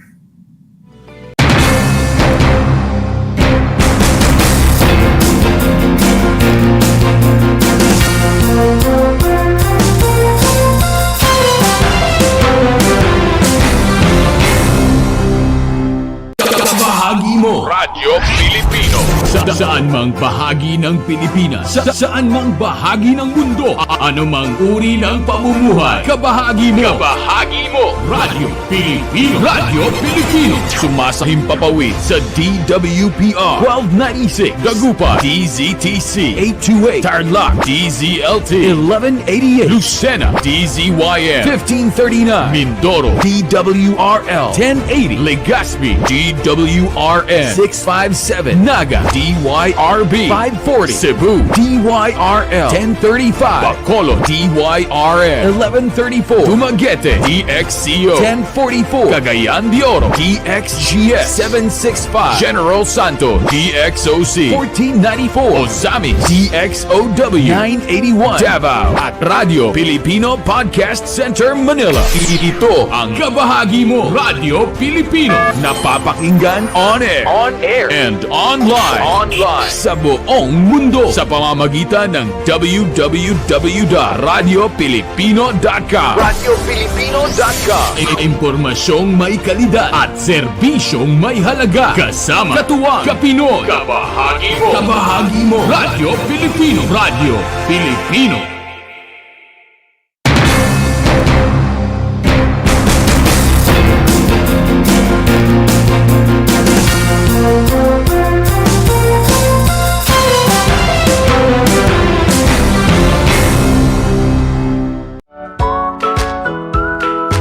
How are you today? Hello, everyone. Hello, learners of Tarlac. Good morning, Math Talino Grade 4 learners. Welcome to Aral TarlakHenyo Here on RTV Tarlac Channel 26. Simulcast over DCTC. Radyo Pilipino Tarlac. I'm Sir Glenn, your teacher broadcaster. Broadcasting live here at Paniki Tarlac. Remotely here in Concepcion, Tarlac. Live here at Barangay Pedro Elquines, Mayantok, Tarlac. Broadcasting live from Ramos National High School. Your anchor teacher today for grade 9 mathematics. Your partner in education this time of pandemic.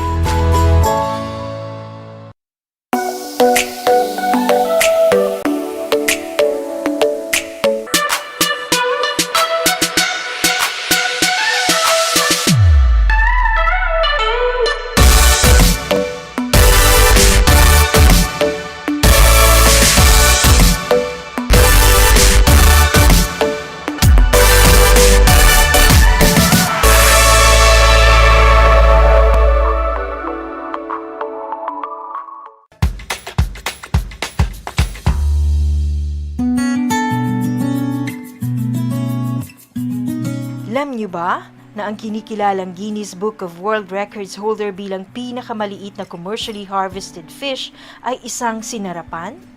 Ito ay matatagpuan lamang sa Pilipinas, sa Lake Buhi sa Bicol River. Isa itong uri ng goby na may transparent na katawan na may sukat na 12.5 mm. Alam mo na, yan ang sinarapan. The word boondocks, which is now part of the English Language Dictionary and Vocabulary, comes from the Tagalog word bundok, meaning mountain. Catch Aral TarlakHenyo every Monday to Friday from 8:30 a.m. to 5:30 p.m. over Radyo Pilipino DCTC 828 and streamed live on Facebook page and YouTube channel of RTV Tarlac, Channel 26. I am Jeremiah Gahutan, your English teacher broadcaster. Let's learn English together only here on Aral TarlakHenyo.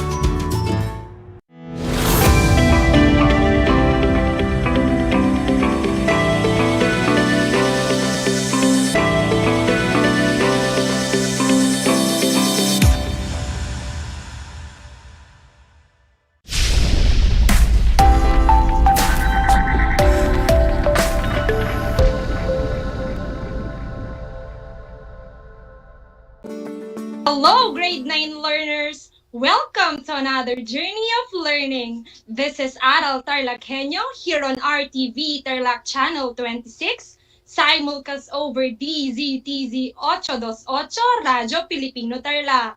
We are also broadcasting live at Converge Cable, Channel 100. I am Ma'am Sara May Aryo Henyo, broadcasting live here in San Jose, Tarlac. And it is my pleasure to be with you in this exciting learning journey in English 9. Be prepared to an exciting way of learning even at the comfort of your homes. Make sure you are seated comfortably, geared with your paper, pen, learning activity sheet, and of course, with a ready mind. At this point, get your printed learning activity sheet in English 9. Today, we will discuss about making connections between text to particular social issues, concerns, or dispositions in life. At the end of this lesson, you are expected to identify the 3 types of connections and to make connections between text to particular social issues, concerns, or dispositions in life. In this episode, we will go through 4 activities. Activity 1, let us begin. Activity 2, let us take note. Activity 3, let us apply. And for your post-viewing and listening task, we have Activity 4, let us strengthen. Before we proceed with today's lesson, let's have Activity 1, let us begin. Read the directions with me. Read the first stanza of the poem If by Rudyard Kipling. Choose one among the emoticons flashed on screen to reflect your feelings after reading it. Then, explain the reason behind your chosen emoticon. Are you ready? Let us begin. Let us now read the first stanza of the poem If by Rudyard Kipling. If you can keep your head when all about you are losing theirs and blaming it on you. If you can trust yourself when all men doubt you, but make allowance for their doubting too. If you can wait and not be tired by waiting, or being lied about, don't deal in lies. Or being hated, don't give way to hating. And yet, don't look too good, nor talk too wise. The persona in the first stanza tells the readers to exercise the act of self-control and self-restraint, the power of patience and self-confidence, and the art and beauty of waiting, and not to hate other people, and not to lie to other people. Now, how did you feel after reading the poem with me? Choose one among the flash emoticons to express your feelings about it. You may type your answers in the comment section. Maybe some of you chose a happy face or the heart emoticon because you felt happy or glad. Others answered the sad face because it reminded you of something that makes you sad. Or maybe you chose the thumbs up sign because you agree to the message of the poem. You felt those emotions because you somehow relate to the message of the stanza that we just had. Activity 1 is related to our topic for today, and it's all about making connections between text to particular social issues, concerns, or dispositions in life. Reading comprehension is a vital skill to improve communication skills. One relevant skill that you must learn is making connections. How you are able to relate yourself to the materials you are exposed to affects your understanding of their contents, meanings, and themes. Now, let us try to unlock and discover the important notes about our topic for today by accomplishing Activity 2. Let us take note. Read the directions with me. Read the following statements carefully to identify whether the statements are true or false. Put a happy face if the statement is true and a sad face if the statement is false. Are you excited? Let us begin. For item 1, there are 3 types of connections for the readers to comprehend text better. You have 5 seconds to answer. Is it a happy face or a sad face? For our item 1, if your answer is a happy face, you are right. This statement is true. There are 3 types of connections. First, we have text-to-self connections. Second, text-to-text connections. And third, text-to-world connections. Now, let's move on to item 2. For item 2, text-to-self connections are personal connections that the reader makes between himself and the selection he is dealing with. Choose between a happy face and a sad face. You have 5 seconds.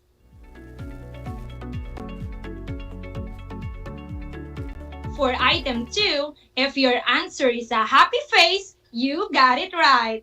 In text-to-self connections, the reader makes personal connections between himself and the material he is reading. The reader's previous personal experiences, opinions, and emotions are somewhat similar to what he is reading. To help you in making text-to-self connections between yourself and the material, you may ask yourself of the following questions. What does this remind me of in my life? How is this similar to my life? How is this different from my life? Another is, has something like this happened to me? And how does this relate to my life? That's it for text-to-self connections. Let's proceed to item 3. In the lines, if you can meet with triumph and disaster and treat those 2 imposters just the same. Triumph means success and disaster means failure. You have 5 seconds. Alright, if you commented a happy face, you are correct. Now, try to make connections between yourself and these particular lines. Let's read the second stanza of the poem, If. If you can dream and not make dreams your master, if you can think and not make thoughts your aim, if you can meet with triumph and disaster, and treat those 2 imposters just the same. If you can bear to hear the truth you've spoken, twisted by knaves to make a trap for fools, or watch the things you gave your life to broken, and stoop and build them up with worn-out tools. In this stanza, it tells the reader that if he achieves success or experiences failure, he treat them equally. He neither should dwell in success if he achieves it, and nor should he let himself collapse if he faces failure. Now, try to make connections between yourself and these lines of the second stanza. Ask yourself the questions, how does this remind me of in my life? Or, how is this similar to my life? Maybe some of you would answer, I can relate to these lines because this is just like me.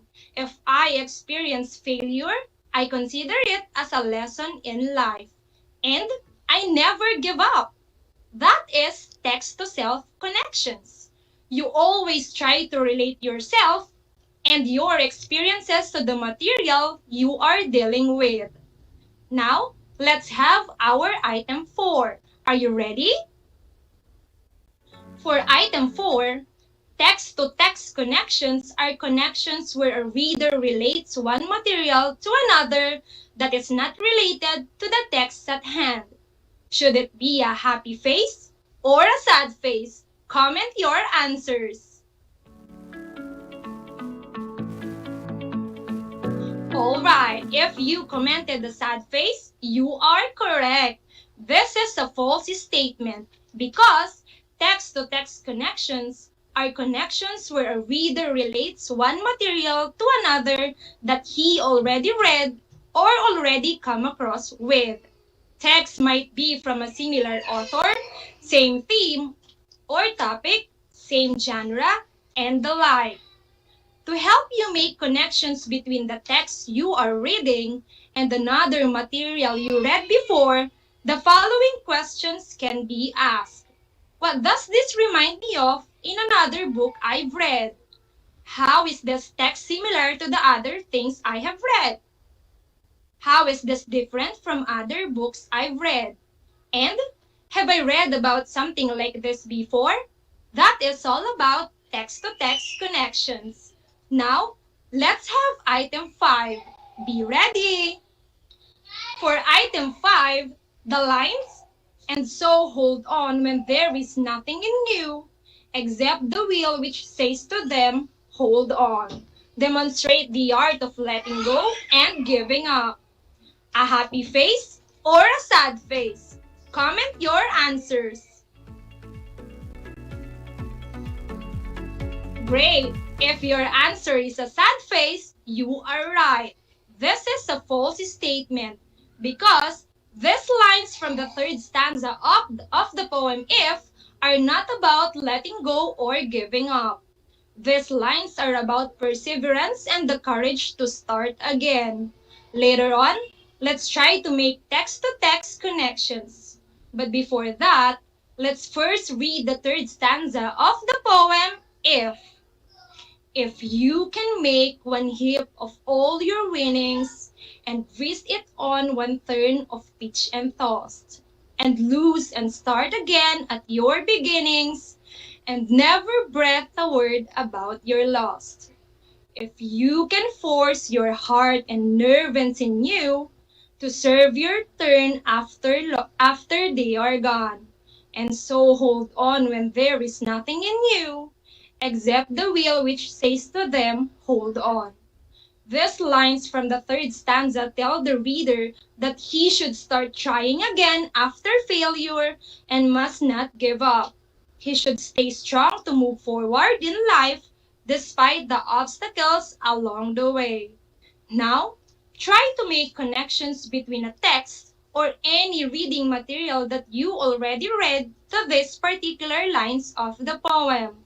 You may ask the questions we discussed a while ago.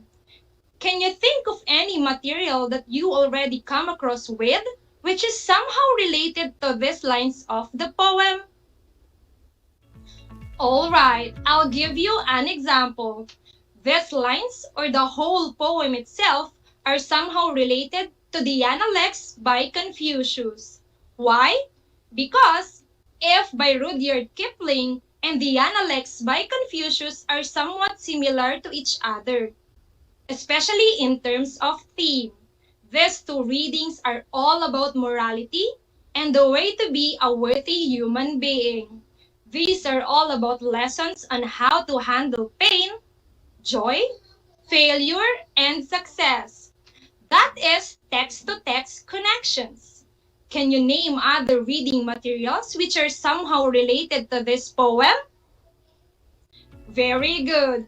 I know you have more great answers. Now, let's move on to item 6.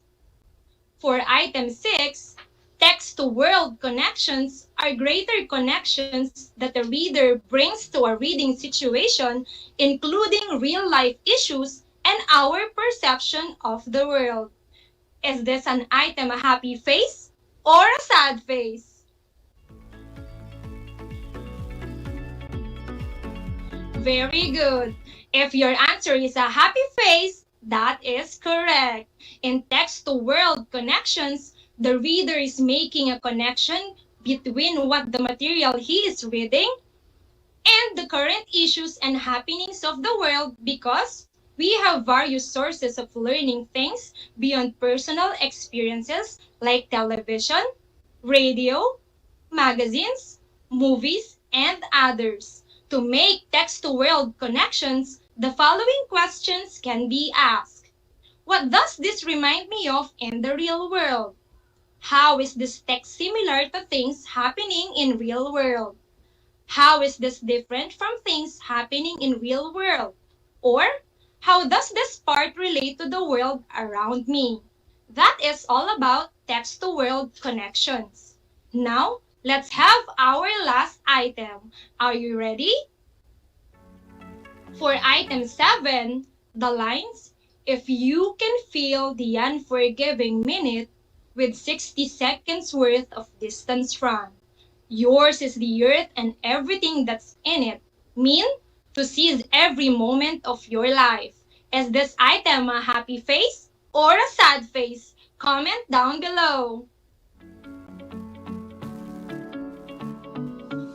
Very good. If your answer is a happy face, that is correct. Now, try to make connections between these particular lines to the issues or reality of the world. Let's read the 4th stanza of the poem, If. If you can talk with crowds and keep your virtue, or walk with kings nor lose the common touch. If neither foes nor loving friends can hurt you, if all men count with you, but none too much. If you can feel the unforgiving minute with 60 seconds worth of distance run. Yours is the earth and everything that's in it, and, which is more, you'll be a man, my son. In these lines of the last stanza of the poem, it tells the reader to cherish every moment of life.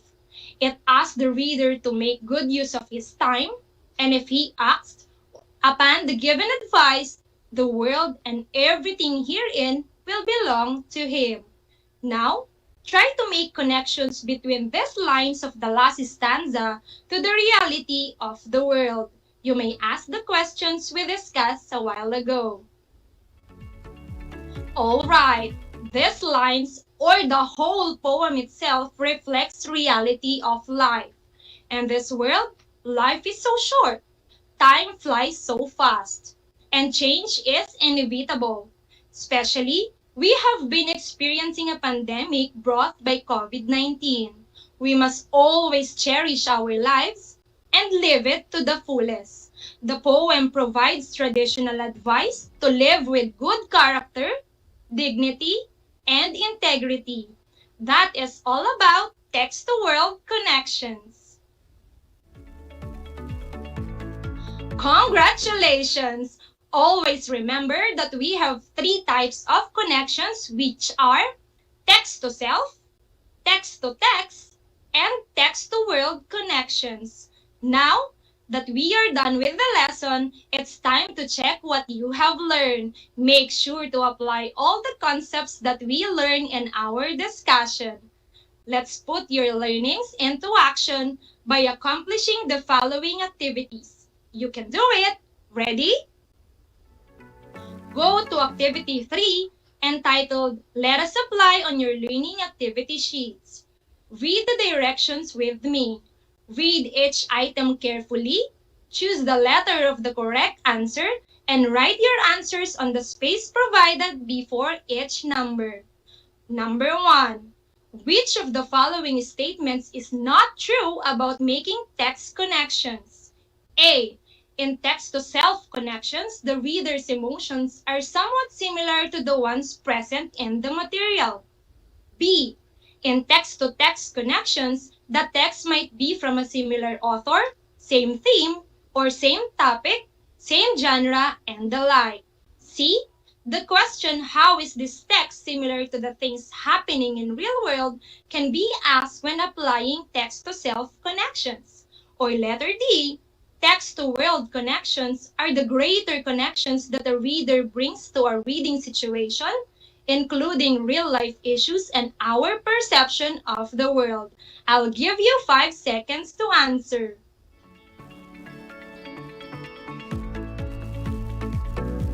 If your answer is letter C, you are correct because the question, how is this text similar to the things happening in real world, can be asked when applying text-to-world connections and not text-to-self connections. Next item, number 2. Based on the following lines, what is your conclusion about the speaker's values?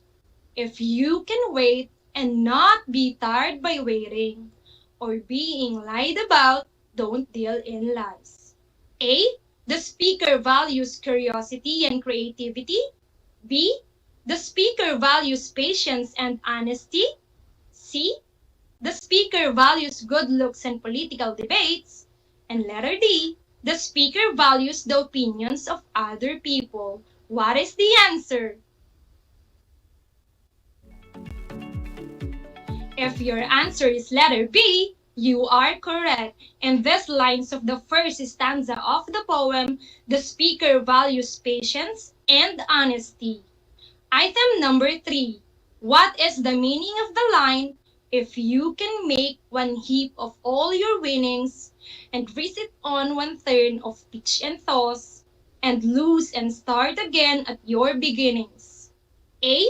When you take a risk and lose everything, start over. B. Don't be a sore loser. C. Share your award with someone who lost in the game. Or letter D. You should avoid games for you not to be a loser. What is the answer? Alright, the correct answer is letter A. When you take a risk and lose everything, start over is the meaning of the said lines. And let's move on to our 4th and 5th items. For our 4th and 5th items, we'll have the short poem Fragile Egg by Jim. Let's read it all together. Later on, you'll answer questions about it. Fragile Egg by Jim. Fragile egg the world has cracked. For oil and gas we've all been fracked. Gentle fixes won't get it done. Ice melts, water bleeds, nowhere to run from warming sun. Now, for number 4, what is the main concern being conveyed in the short poem? A. Calamity. B. Pollution. C. Deforestation. Or letter D. Global warming. What is the answer?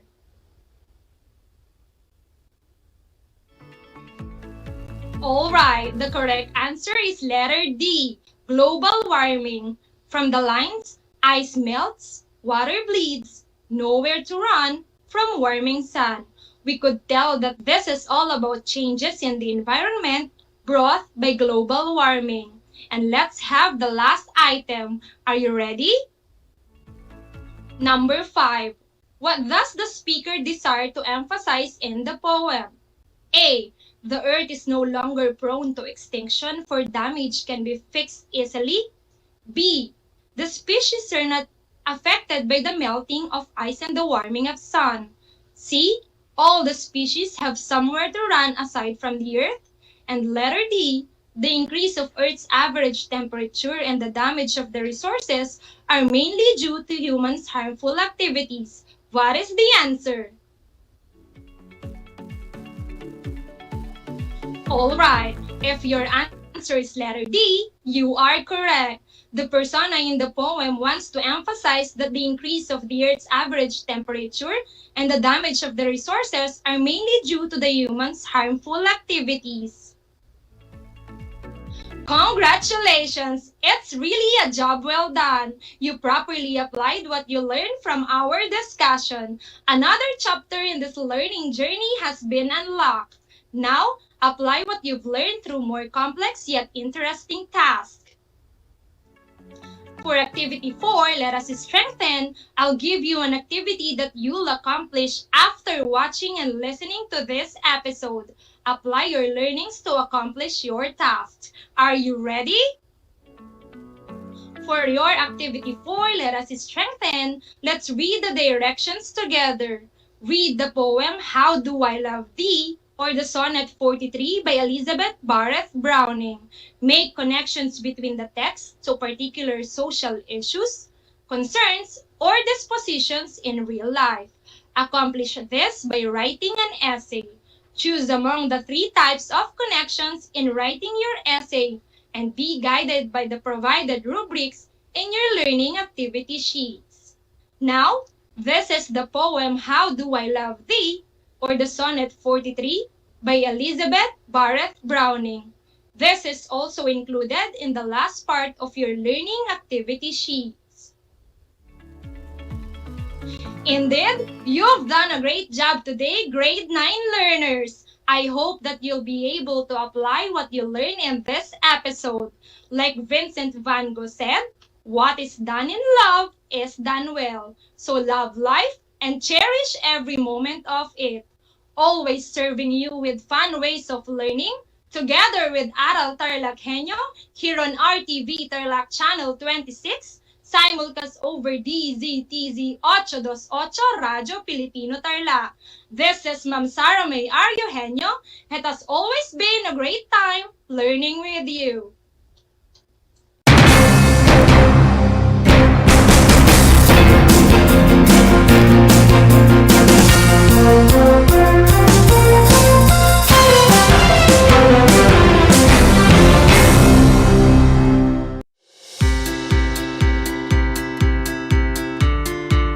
Upang matugunan ang mga kinakaharap na pagsubok ng mga guro at mag-aaral sa gitna ng kasalukuyang pandemya, nagsanib tulong sina Congressman Charlie Cojuangco ng unang distrito ng Tarlac, DEPED Region 3 Regional Director Dr. May B. Eclar at Tarlac Schools Division Superintendent Dr. Ronaldo Pozon para sa isang napapanahong proyekto na tinaguriang Project Shine, Aral TarlakHenyo. Ang mga mag-aaral ng Grade 4 at Grade 5, ganun din ang Grades 8 and 9 sa buong probinsya ng Tarlac, kasalukuyang sumasailalim sa radio-based instruction. Katuwang ang himpilang DZTZ 828 kHz AM at RTV Tarlac, Channel 26. Ang Tarlac po nangunguna po ngayon pagdating po sa radio-based instruction.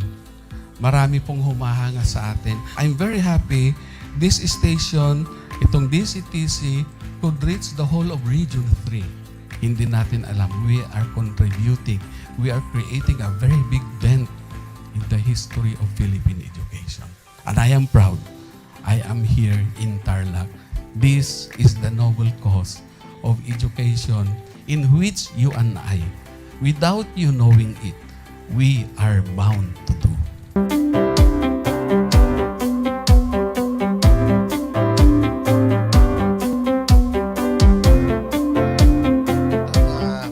Project natin na Project Shine is a natural consequence dahil sa nangyari sa buong mundo. Let's continue to work together. I think it's very Filipino to practice bayanihan in anything or most of the things that we do. And this is a manifestation of that. No? We have private sector, we have DEPED, we have local government, all working together. And I hope the parents of some of these children, especially the parents that did not graduate from school or hindi nakapag-aral nung sila ay bata, sana naman gamitin na nila itong opportunity na mag-schooling na rin sila kasama ng mga anak nila. para magbanding pati ang mga magulang sa mga bata. I look at this as doing God's work. Diba? So if you do God's work, it feels right. It's righteous. It's for good, not for evil. Good morning and happy learning, grade 4. Welcome to Aral TarlakHenyo here on RTV Tarlac, Channel 26. Simulcast over DZDZ 828, Radyo Pilipino Tarlac. I am Teacher Mercy Pacheco Bognot. This is Alistair Aidatu. I am Marie Josephine B. Andrade. I am Teacher Princess Marie M. Dueñas, and I will be your teacher broadcaster for today.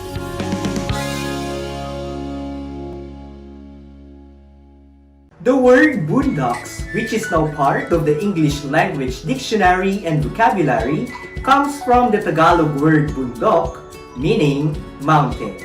Catch Aral TarlakHenyo every Monday to Friday from 8:30 a.m. to 5:30 p.m. over Radyo Pilipino DCTC 828 and streamed live on Facebook page and YouTube channel of RTV Tarlac, Channel 26. I am Jeremiah Gahutan, your English teacher broadcaster. Let's learn English together only here on Aral TarlakHenyo.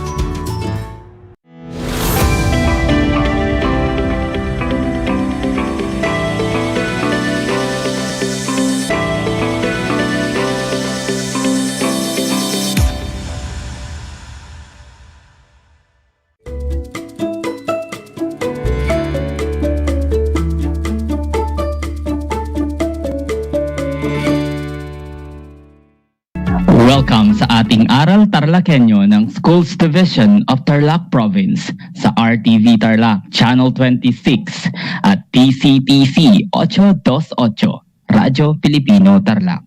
Magandang araw. Narito na naman tayo nag-aaral at nagpupunyagi upang maging makadiyos, makatao, makakalikasan at makabansa. Kumusta kayo mga ginigiliw na mag-aaral sa Araling Panlipunan 9? Ang aking pagbati at paghanga sa inyong masidhing pagpupunyagi sa pag-aaral sa kabila ng hamon ng pagkakataon ang COVID-19 pandemic. Ako ang inyong guro sa Araling Panlipunan 9, Ginoong Louis Milio Blanco, broadcasting live mula dito sa Villa Aglipay, San Jose, Tarlac. Narito ako pang samahan kayong maunawaan ang nilalaman ng ating paksa sa araw na ito. Ang ating paksa ay ang struktura ng pamilihan, oligopolyo at monopolistikong kompetisyon. Pero bago pa man tayo magsimula ay narito ang ilang mga paalala. Siguraduhin ninyong nasa isang lugar kayo ngayon na komportable at maayos na naririnig ang ating broadcast. Matanong ko lang, nagmerienda na ba kayo?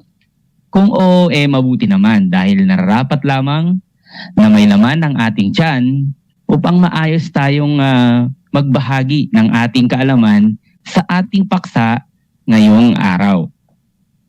Sa puntong ito ay nais kong kunin ninyo ang inyong module sa Araling Panlipunan para sa ika-6 at ika-7 linggo ng ikalawang markahan or module 4, struktura ng pamilihan. Ihanda rin ang inyong ballpen at sulatang papel upang maitala ang mahalagang impormasyon na aking mababanggit. Ulitin ko, ang ating paksang aralin ay patungkol sa struktura ng pamilihan, oligopolyo at monopolistikong kompetisyon. Bago tayo magsimula sa ating paksa ngayong araw ay alalahanin muna natin yung ating nakaraang talakayan noong Martes. Natatandaan pa ba ninyo? Magaling. Ating tinalakay ay ang dalawang uri ng pamilihang may hindi ganap na kompetisyon. Ito ay ang monopolyo at monopsonyo. Masasabing monopolyo ay isang uri ng pamilihan na iisa lamang ang producer na gumagawa ng produkto o nagbibigay serbisyo kung kaya't walang pamalit o kahalili.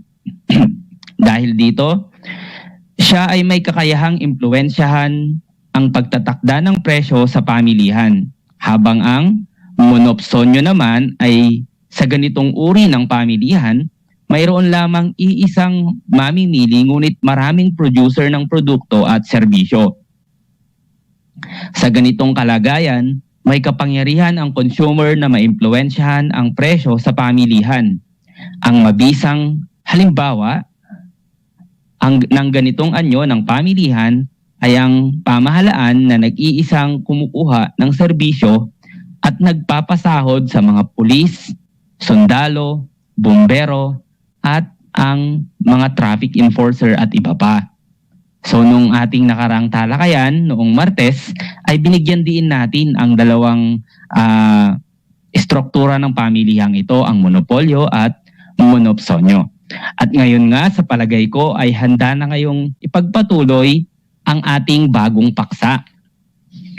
Inaasahan na sa pagtatapos ng aralin na ito ay inyong makikilala ang dalawa pang halimbawa ng pamilihang may hindi ganap na kompetisyon, ang oligopolyo at ang monopolistikong kompetisyon. Pero bago yan, sa lahat po ng mga magulang, guardian, na nanonood ngayon sa ating broadcast, kung kayo ay may katanungan ukol sa ating paksa ngayong araw, ay maaari kayong magpadala ng mensahe sa akin sa aking numero sa 0933-079-3892. Ulitin ko, 0933-079-3892, or maaari kayong magpadala through Messenger at Louis Milio Blanco, or sa aking DEPED mail, louis.blanco@deped.gov.ph. Okay, Doc? So, sa pagpapatuloy ng ating aralin, meron pang dalawang halimbawa ng may ganap na or struktura ng pamilihan na may ganap na kompetisyon. Katulad ng naunang aralin noong Martes, ang dalawang ito ay may mga anyo kung saan ang bahay kalakal ay may kakayahang idikta o itakda ang kanilang presyo. Ito ay ang oligopolyo at ang monopolistikong kompetisyon.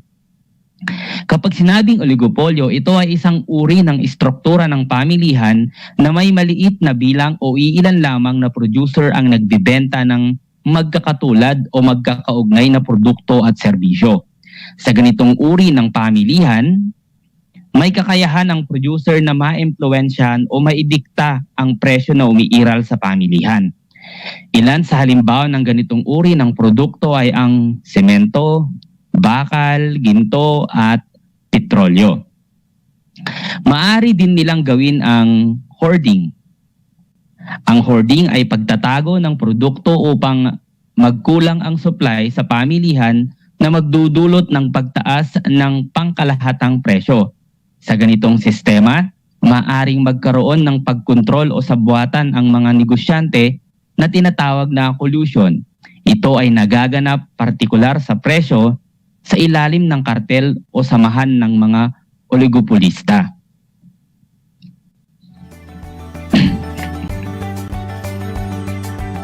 Kartel. Ang konsepto ng kartel ay nangangahulugang pagkakaroon ng kutsabahan o pagkakasundo ng mga producer o alliances of enterprises. Hindi pinahihintulutan ang pagkakaroon ng kartel sa ating bansa upang bigyan ng mga proteksyon at isulong ang kapakanan ng mga consumer ayon sa itinakda ng Consumers Act of the Philippines o Republic Act 7394. Consumer Act of the Philippines o Republic Act 7394. Ito ay kanilang proteksyon sa mga namumuhunan upang maiwasan ang collusion o sitwasyon kung saan dalawa o higit pang bahay kalakal ang nagkakasundo sa pagtatakda ng presyo o hatiin ng pamilihan para sa kanilang kapakinabangan sa pagsasagawa ng sama-samang desisyon. An Inquiry into the Nature of Causes of the Wealth of Nation, 1776 ni Adam Smith. Ayon kay Adam Smith ang mga negosyante ay hindi aktwal na nagkikita upang mag-usap ang takbo ng kanilang mga o pag-usapan ang takbo ng kanilang mga negosyo. Subalit, sila ay nagkakaroon ng pagkakaunawaan sa pamamagitan ng sabwatan, sa pagtatakda ng presyo ng mga produkto at serbisyo sa pamilihan.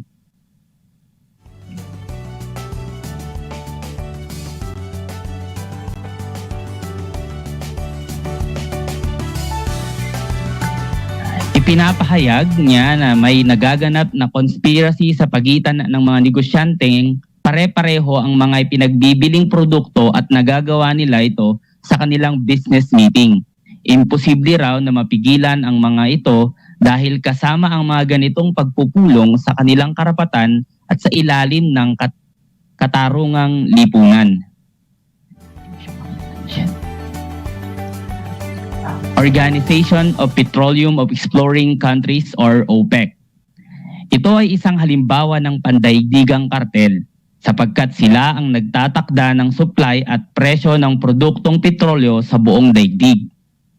Ang samahang ito ay naitatag noong September 10 to 14 taong 1960. Sa ginanap na Baghdad Conference sa Baghdad, Iraq, ito ay pinasimulan ng 5 founding countries na binubuo ng Iraq, Kuwait, Saudi Arabia at Venezuela.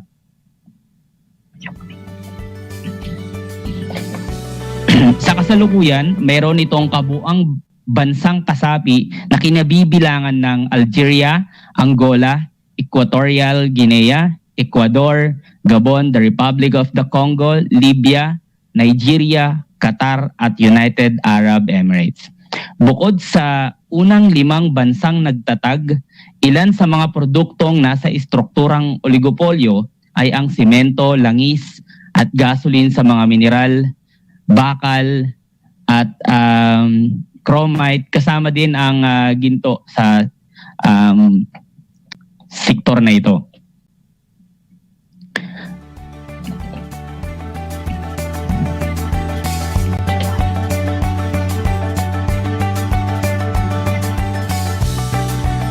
Monopolistikong competition o monopolistic competition. Sa ilalim ng ganitong uri ng istruktura ng pamilihan, maraming kalahok na producer ang nagbebenta ng mga produkto sa pamilihan, subalit marami rin ang mga consumer. Gayunpamang, may kapangyarihan pa rin sa pamilihan ang mga producer na magtakda ng presyo ng kanilang mga produkto dahil sa product differentiation. Ang katangian ng mga produkto na pinagbibili ay magkakapareho ngunit hindi eksaktong magkakahawig. Ang kanilang pagkakapareho ay maaring sa uri ng produkto gaya ng shampoo, sabon o toothpaste. Sila ay nagkakaiba-iba sa packaging, labeling, presentation at maging sa lasa o flavor. Ginagawa ito ng mga producer sapagkat ang kanilang layunin sa produkto or product differentiation ay kumita at mas makilala ang kanilang mga produkto.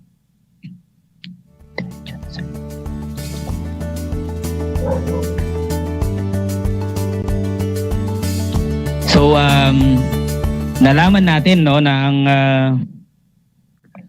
ang monopolistic competition ay nakadepende lamang sa mga produkto at serbisyo, na kung saan nagkakaroon ng tinatawag na product differentiation under sa monopolistic competition. Ang pinakaangat lang dito ay yung kung mas maganda yung packaging mo, ganun. So mula doon sa konsepto ng oligopolyo at monopolistic competition, kung sa oligopolyo, kung babalikan natin yun, ito ay may kinalaman sa mabilisang or ito yung may kinalaman sa mga produkto na kung saan iilan lamang yung nagpo-produce. At ang pinakamagandang halimbawa nga rito ay yung langis, kumpanya ng mga langis. Under monopolistic competition naman, bilang konsepto is ito ay may kinalaman sa lahat or mga produkto na pare-parehas, bagaman pare-parehas sila, nagkakaiba-iba sila pagdating sa product presentation or product differentiation. So ito yung mga pinapaganda yung packaging, pinapaganda yung lasa ng produkto kung pare-parehas siya na fast food. So nagkakaiba-iba sila pagdating sa ingredients.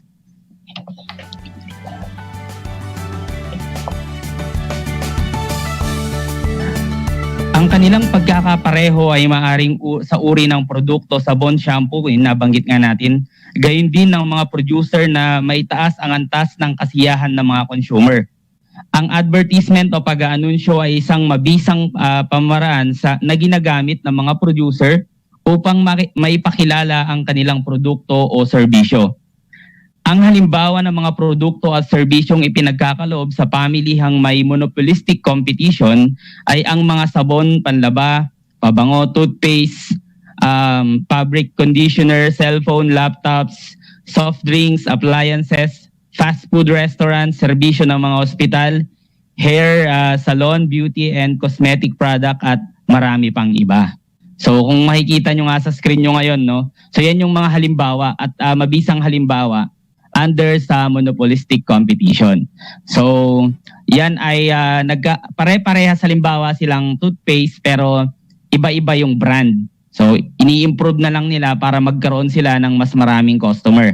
Yung nasa sang side naman, yan yung tinatawag na yung mga fast foods. Now, yung pinaka-trend ngayon, yung cellphone, yung mga ganyan. Though pare-parehas ang kanilang use, nagkakaiba-iba sila pagdating sa mga features, halimbawa. So, nakilala na natin ngayon, no, yung dalawa pang halimbawa ng struktura ng pamilihan na merong di ganap na kompetisyon. Kung babalikan natin yung last discussion natin, na pag-usapan natin nung Martes yung monopolistic competition or monopolyo, tapos pumasok yung monopsonyo. Ngayong araw na to, pinasok natin or pinag-usapan natin yung oligopolyo at yung monopolistic competition.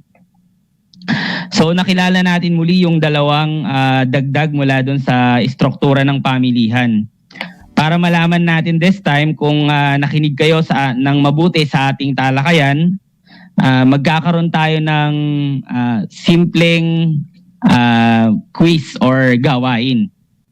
Kumuha ng isang malinis na papel at pandikit at iba-ibang larawan upang makikita or kumuha ng mga larawan na makikita sa paligid at kumuha ng gunting at ballpen.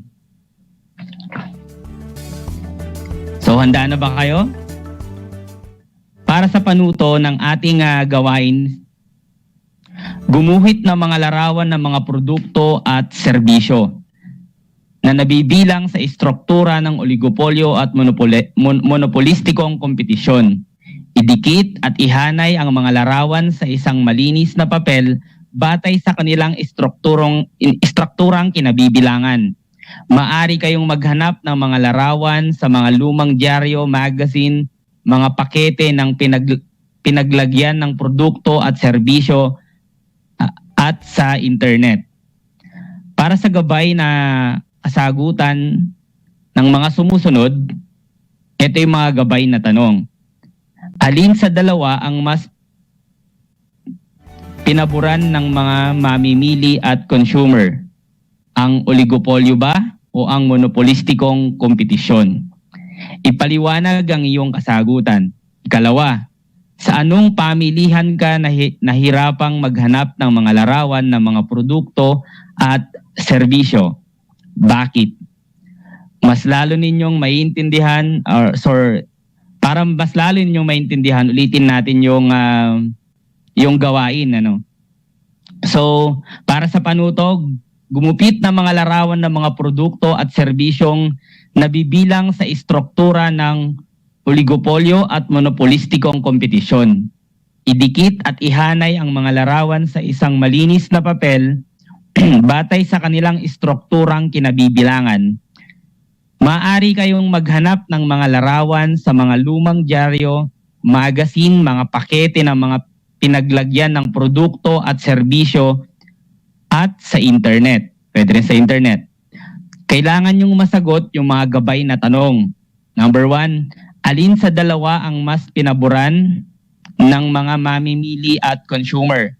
Ang oligopolyo ba o ang monopolistikong kompetisyon? Ipaliwanag ang iyong kasagutan. Sa anong pamilihan ka nahihirapang maghanap ng mga larawan ng mga produkto at serbisyo? Bakit? So bigyan natin ng at least 2 minuto siguro or 1 minuto para sagutin yung mga gabay na tanong.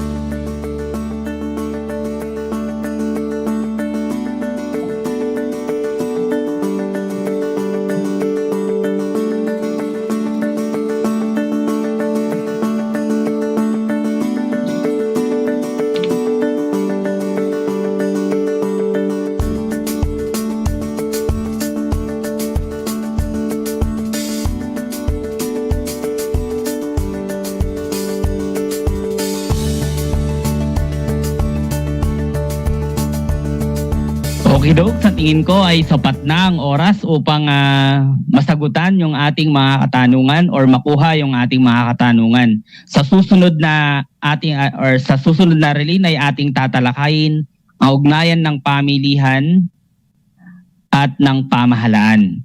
Ngunit bago yon, siguraduhin ninyong matapos ang inyong gawain ngayong araw. Maaari ninyong kunan ng larawan gamit ang inyong cellphone. Kung may mga katanungan, huwag magdalawang isip na imensahe ang inyong guro. Sa mga walang access sa internet, maaaring ipasa ang inyong ginawang activity sa barangay hall. At of course, makiusap kayo sa inyong mga parents or guardian na sila yung pumunta kasi of course dahil nga sa banta ng COVID pa rin sa ating kapaligiran. Inaasahan ko na kayo ay natuto sa ating talakayan ngayong araw na ito. Muli, ako ang inyong guro sa Araling Panlipunan 9, Ginoong Louis Milio Blanco, broadcasting live mula dito sa Villa Aglipay, San Jose, Tarlac. Pero bago yan, bago tayo magtapos, ito yung tinatawag words of wisdom. Thought for the day, don't stop when you're tired, stop when you're done. Hanggang sa muli.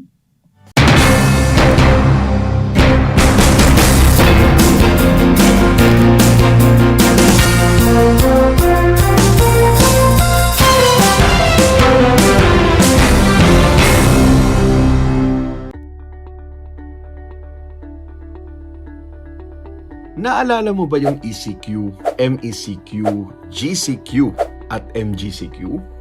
Ngayon, dalawa na lang ito, ECQ at GCQ na lamang. Sa ilalim ng GCQ, meron tayong tinatawag na COVID-19 Alert Level System. Ito ay bahagi ng pinakabagong Community Quarantine Classification, kung saan may alert level system na nahahati sa 5. Ang level ay nababase sa case transmission, total bed utilization rate at ICU utilization rate ng isang syudad o munisipalidad. Ang bagong classification system ay binuo ng IATF upang mapigilan ang pagkalat ng COVID-19. Ito ay nakabase sa mga alituntunin ng 3C strategy na closed, crowded at close contact. Ang bagong sistema ay sinusubukan pa lang sa Metro Manila gamit ang Alert Level 4. Pero ano nga ba ang mangyayari sa level na ito? Tulad ng dati, mayroon pa ring mga bawal lumabas. Ito ay ang mga taong ang edad ay mababa sa 18 taong gulang. Mga may edad na higit sa 65. Mga may immunodeficiency, comorbidities o iba pang mga health risk. At mga buntis, maliban kung lalabas sila para sa essential goods at services. At kung sila ay nagtatrabaho sa mga industriya o opisina na pinapayagang mag-operate. Maaari namang lumabas ang mga authorized persons outside residence o APOR at ang mga nagtatrabaho sa mga pinapayagang opisina o establishmento.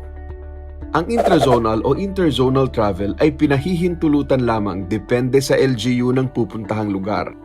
Maaari namang mag-ehersisyo ang mga residente sa labas ng kanilang bahay. Kailangan lamang tiyakin na hindi sila lalabas sa kanilang barangay o mga subdivision at panatilihin ang pagsunod sa mga minimum public health standards. Sa ilalim ng Alert Level 4, hindi pinapayagan ang mga sumusunod na aktibidad na high risk for transmission.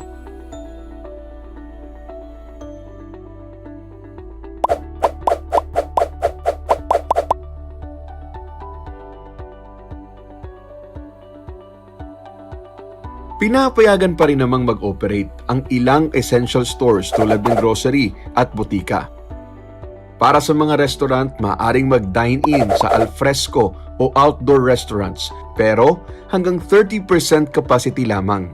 Pinapayagan naman ang indoor dine-in ng 10% capacity pero para lamang sa mga bakunado. Samantala, upang matiyak ang seguridad ng customers, kailangan maglagay pa rin ng acrylic divider sa mga lamesa, magsagawa ng regular na disinfection, at magpatupad ng tamang seating arrangement ang bawat restaurant. Tungkulin rin ng restaurant na tiyakin na ang lahat ng kanilang empleyado ay fully vaccinated. Kagaya ng ibang alert levels, 100% fully operational ang lahat ng take-out delivery services. Anumang oras ay maaaring magpatupad o magrekomenda ang LGU ng pagbabago sa kapasidad ng kada restaurant depende sa kaso ng COVID-19 sa kanilang bayan. Pinapayagan ang 10% capacity para sa mga indoor barbershop o salon, samantalang 30% capacity naman para sa mga outdoor shops. Kailangan ding tiyakin na lahat ay fully vaccinated at laging sumusunod sa minimum public health standard. Maaari pa ring magsagawa ng lamay, misa, at iba pang religious at necrological activities sa ilalim ng Alert Level 4. Tiyakin lamang na sundin ang 30% capacity para sa outdoor na pwedeng itaas hanggang 40% capacity para sa mga bakunado. Samantalang ang mga pari, pastor, imam o sino mang mag-assist sa simbahan ay kinakailangang fully vaccinated at ang mga lamay ay limitado lamang sa mga immediate family members. Patuloy ding hinihikayat ang mga kumpanya na ipatupad ang work from home arrangement.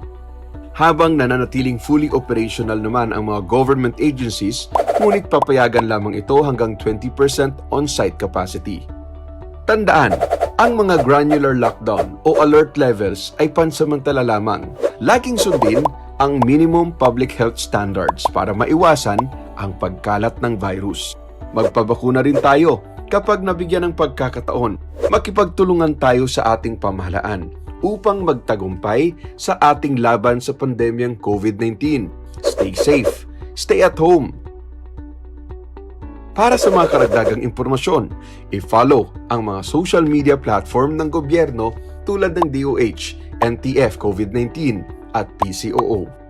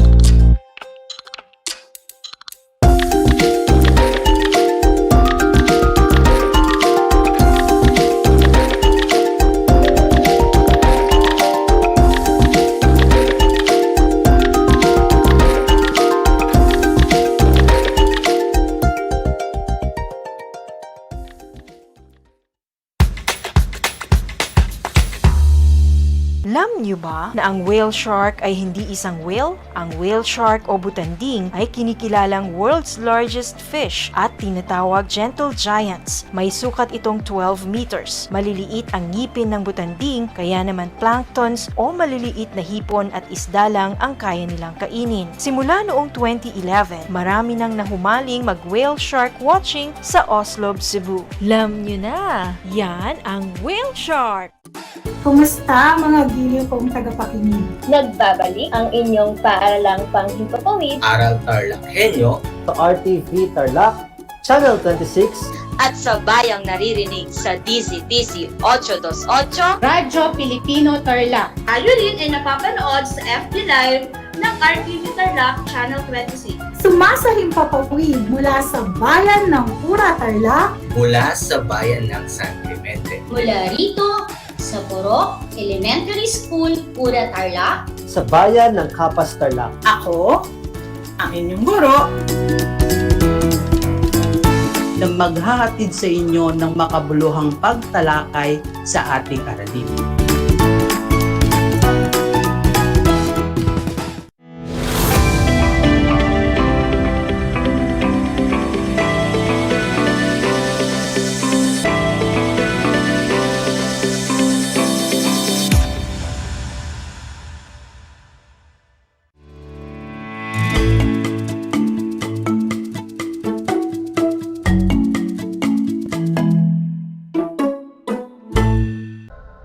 Good day and a warm hello, TLE-minded learners.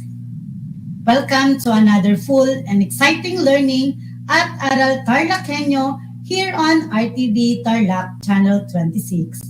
Simulcast over DZTZ 828 Radio Filipino Tarlac. We are also airing live via Channel 100 of Converge Cable TV and live stream at Facebook. I am very glad to be with you this day. I am Dena Trinidad, your teacher broadcaster from Ventimiglia, Paliki, Tarlac. Please prepare yourself to another lesson full of knowledge, skills, and practical experience.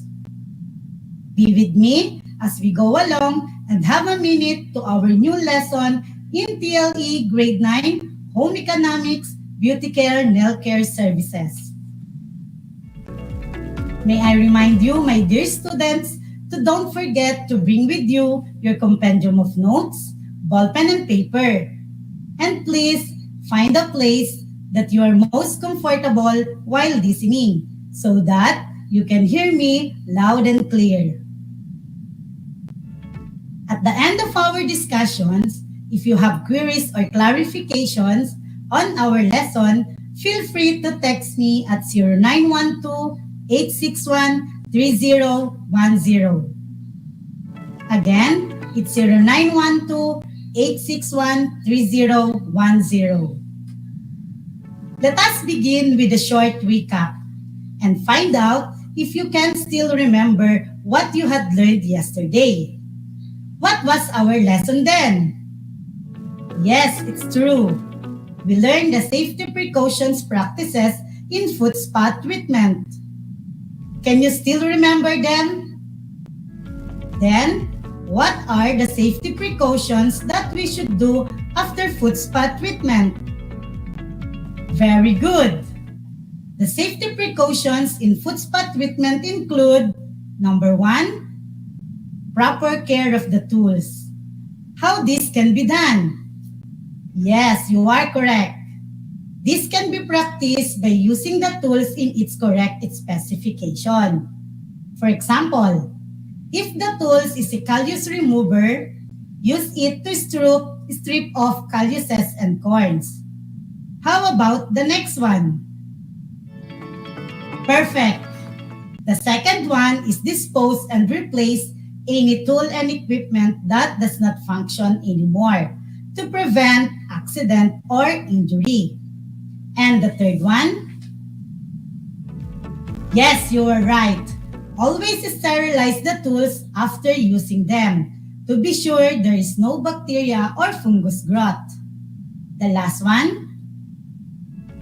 Great! It is to read the instructions carefully how tools and equipment should be used to avoid injury. So again,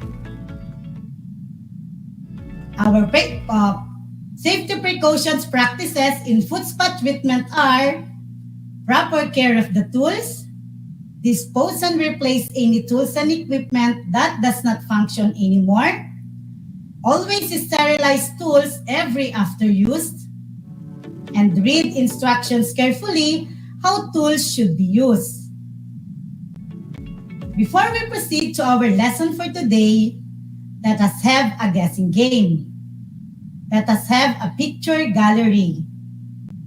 Imagine that we are inside a gallery studio, where the wall contains images where we can guess 3 words associated on the displayed pictures inside the gallery. After roaming around, give 3 words started with the given clue letters. You can type your answers at the comment box. Are you ready, learners? Let's start. These are the gallery pictures mounted on the first wall. Focus on each picture. Make sure to think of words where you can associate on the pictures. After the first wall, let's go walk to the other side. Another set of pictures shows different activities. I know you are all familiar in each picture. And for the last side of the gallery, here are the other pictures showing another activities. These are to be done every now and then. I hope that you did enjoy your tour at the gallery studio. Do you have now in mind the 3 words that can be associated from those pictures? Okay, again, let us have a short glimpse on the picture gallery. Can you now guess 3 words associated on the pictures? The first words start with letter S. It is a 10-letter word. The second word has 12 letters and begin with letter D. And the last word is composed of 13 letters and start with letter S. Can you guess it now? Please type your answers on the comment box and let's see who did guess the words correctly. What words are these? Excellent! The answers are sanitation, disinfectant, and sterilization. Having that awesome job, give yourself a double thumbs up for doing it great. Learning is indeed exciting one in TLE. Based on the pictures we have seen in the gallery, it has something to do on our topic for today, which is post-food spa activities. At the end of the lesson, you will be able to 1. Dispose waste products including used wax, according to OHS and Department of Health requirements. 2. Sanitize and store tools and equipment. Is everyone ready to learn? That's good. Let us now explore. Our lesson for today is about perform post-food spa activities. As we go through different activities in food spa, it is important to do and perform post-food spa activities. There are several best practices for proper waste disposal. Okay, so let us discuss the first activity, which is the proper waste disposal. This refers to the process in keeping waste materials or products in the proper place to avoid contamination. As I said, there are several best practices for proper waste disposal. 1 is to properly seal items. 2, label containers properly in individual bins to ensure waste are properly segregated. And scout a safe storage hazardous to avoid contamination.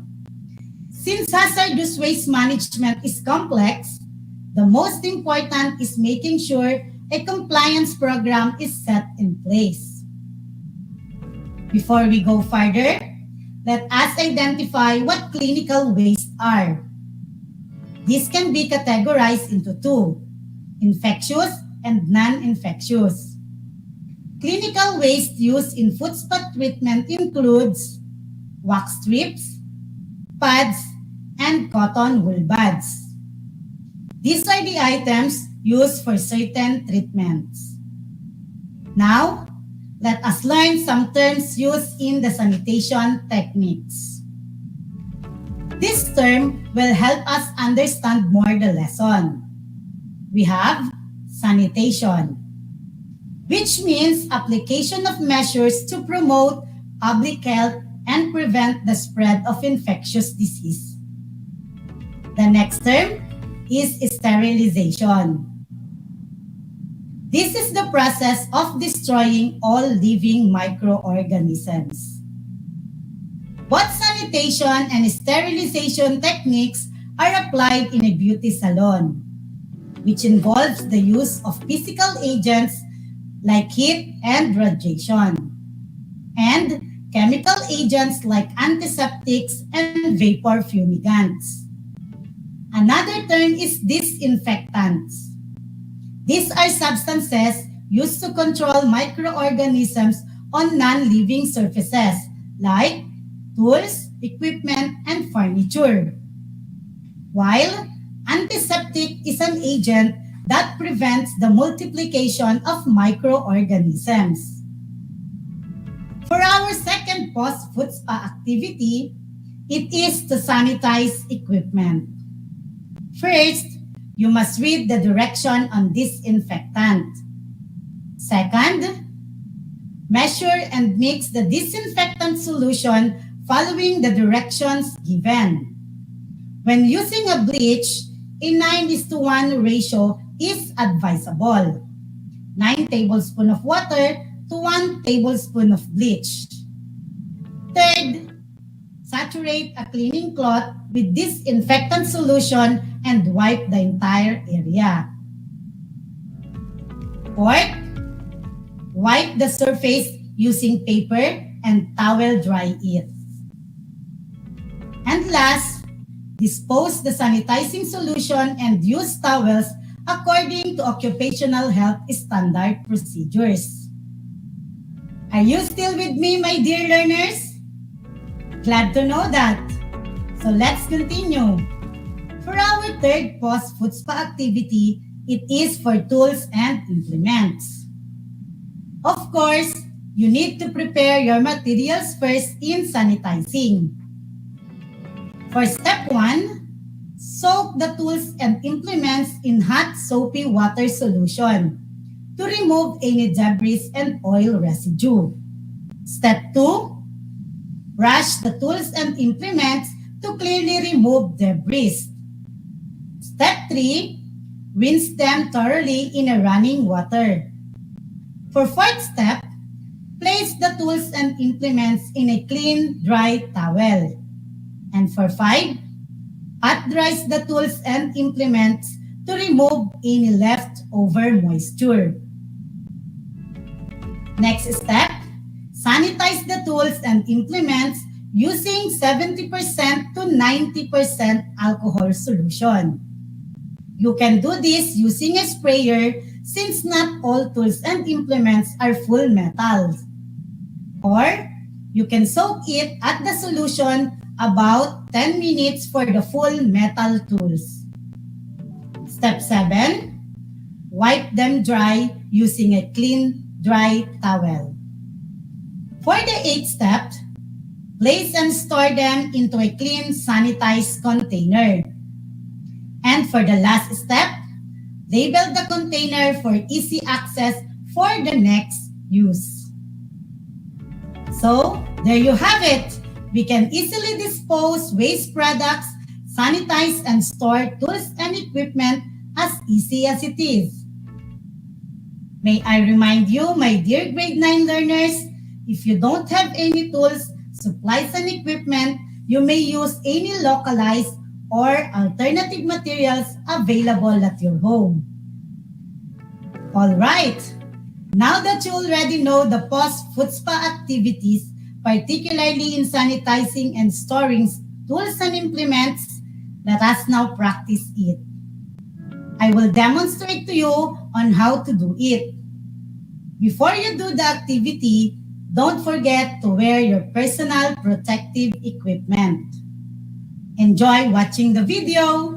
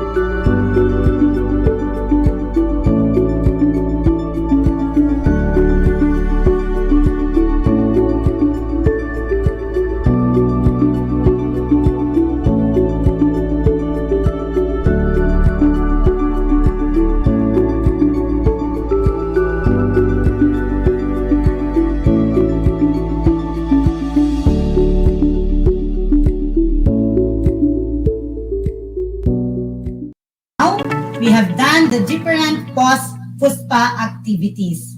You can do it now, ensuring the safety of your clients. This time, it's your turn. Do and perform disinfecting, sanitizing, and even sterilizing food spa tools and implements available at your home.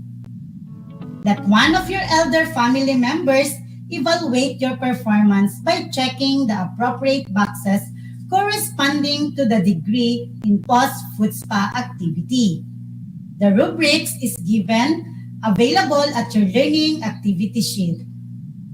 And again, send me a video of your performance. This time, let's find out if you learned something from our lesson. Let us have a short quiz.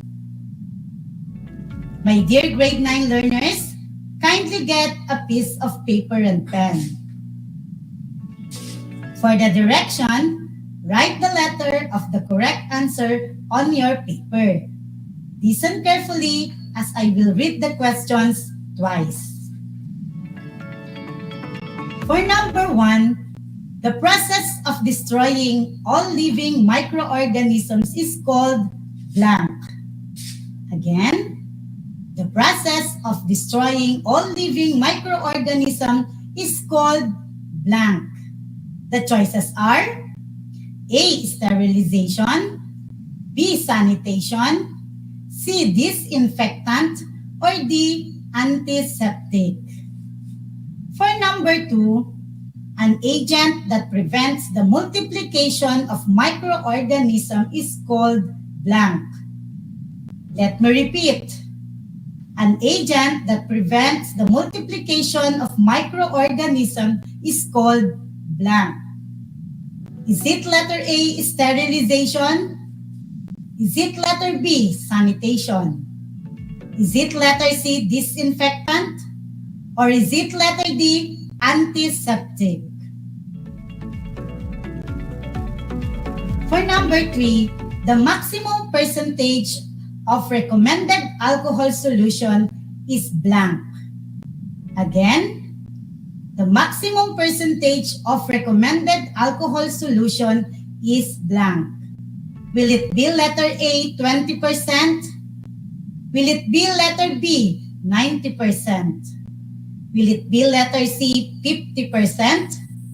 Or will it be letter D, 60%? Number 4. This is the application of measures to promote public health and prevent the spread of infectious diseases. Again, this is the application of measures to promote public health and prevent the spread of infectious disease. Choices are A, sterilization, B, sanitation, C, disinfectant, or letter D, antiseptic. For the last number, 5, sanitation and sterilization involve what agents? Let me repeat. Sanitation and sterilization involve what agents? Is it letter A, cleaning agents? Is it letter B, chemical agents? Is it letter C, physical agents? Or is it letter D, both physical and chemical agents? Let us check your answers. Number 1, the answer is letter A, sterilization. Number 2, the answer is letter D, antiseptic. Number 3, the answer is letter B, 90%. Number 4, the answer is letter B, sanitation. And number 5, the answer is letter D, both physical and chemical agents. Now, count your scores. Did you get the perfect score? For those who got it perfect, good job and congratulations. For those who got it 3 to 4, very good, keep it up. And for those who got 2 and below, it's okay. Take time and study harder until you get familiar with the lesson. You can get your compendium of notes and review your answers. I am so delighted that you can now perform post-food spa activities at your most convenient time at home. For a friendly reminder, I want you to keep this in mind. Cleanliness is our first line of defense, and so in every activity we do, to ensure safety and continuous service to clients. Our lesson is done. I hope you learned a lot in our topic today. Keep watching on RTV Channel 26 for more updates. Remember, my dear students, in TLE, we aim for knowledge, skills, and progress. This is Project Shine Aral TarlakHenyo, brought to you by the Department of Education, Division of Tarlac Province, in cooperation with DZTZ 828 Radyo Filipino, sponsored by our ever-supportive Congressman Charlie Coangco of 1st District Representative. Until our next episode for another fun learning experience in Beauty Care Nail Care Services 9. Again, I am Teacher Dana Esturidad of Ventimiglia High School, your teacher broadcaster for today. Before I end my airing session, I just want to take a minute to extend my gratitude to our ever-supportive Education Program Supervisor in EPP TLE, Dr. Nancy C. Dolorosa, for giving me this opportunity, as well as to our energetic school head, Madam Merly A. Medrano, and to all my colleagues for all the words of encouragement. A big thanks for the trust. To my dear learners, thank you for listening. Until next time, keep safe and God bless everyone.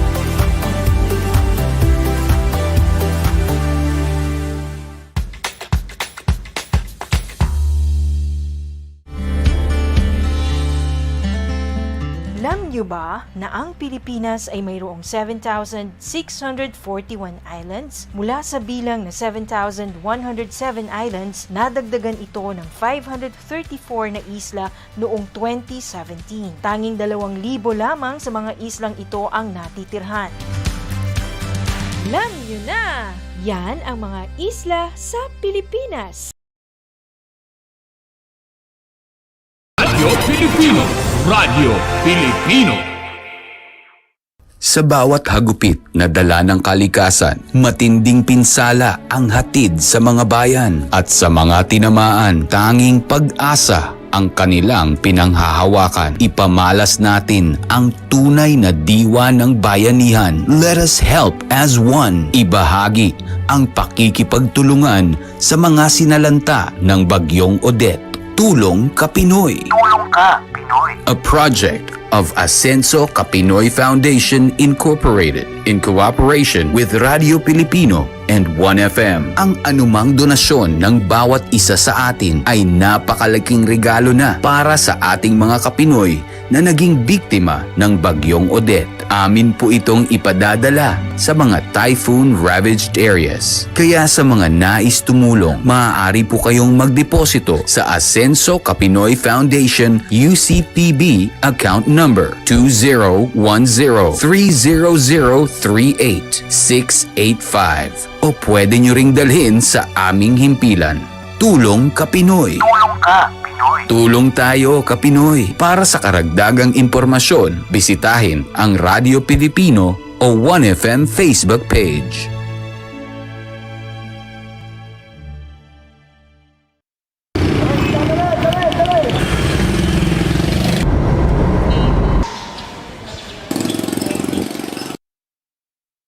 Para sa'yo, ano ang COVID-19? Virus. Malungkot. Pagkawala. Pandemya. Ito ay isang korupsyon. Ito ay isang pahirap. COVID-19 para kanya kat peligro.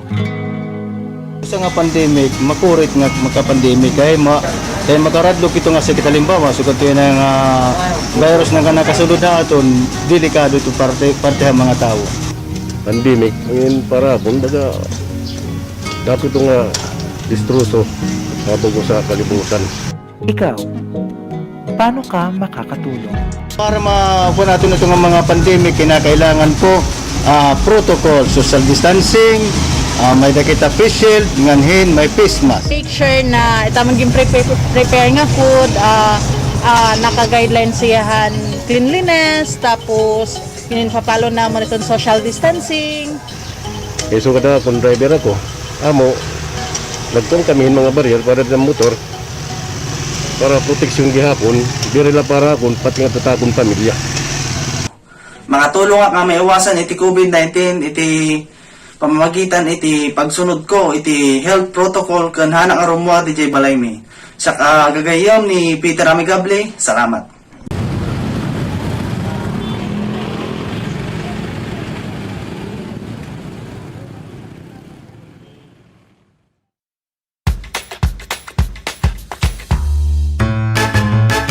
Alam niyo ba na ang salitang yoyo at ang makabagong bersyon nito ay naimbento ng isang Pilipinong nagngangalang Pedro Flores? Taong 1920s nang dinala ni Flores ang laruang ito sa Estados Unidos. Sinimulan niya ang paggawa nito sa kanyang maliit na pabrika sa California at ipinakita sa mga tao ang iba't ibang tricks ng paggamit nito.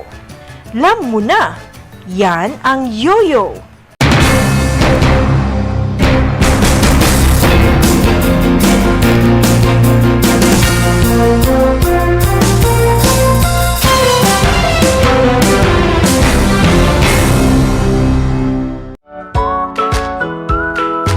How are you today? Hello, everyone. Hello, learners of Tarlac. Good morning, Math Talino Grade 4 learners! Welcome to Aral TarlakHenyo here on RTV Tarlac Channel 26. Simulcast over DCTC. Radyo Pilipino Tarlac. I'm Sir Glenn, your teacher broadcaster. Broadcasting live here at Paniki Tarlac. Remotely here in Concepcion, Tarlac. Live here at Barangay Pedro Elquines, Mayantok, Tarlac. Broadcasting live from Ramos National High School. Your anchor teacher today for grade 9 mathematics. Your partner in education this time of pandemic.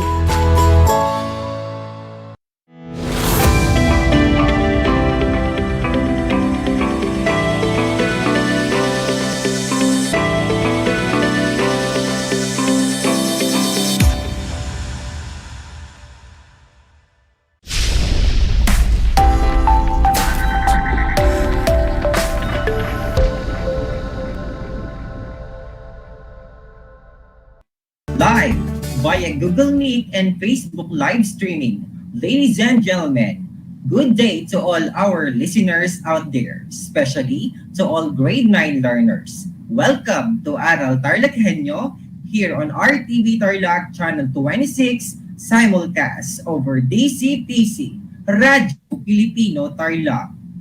I am Cesar Rim M. Vergara, or you can call me Sir Rim, your teacher broadcaster for Health 9, and who will help you understand and aiming for a fruitful learning experience on our lesson today.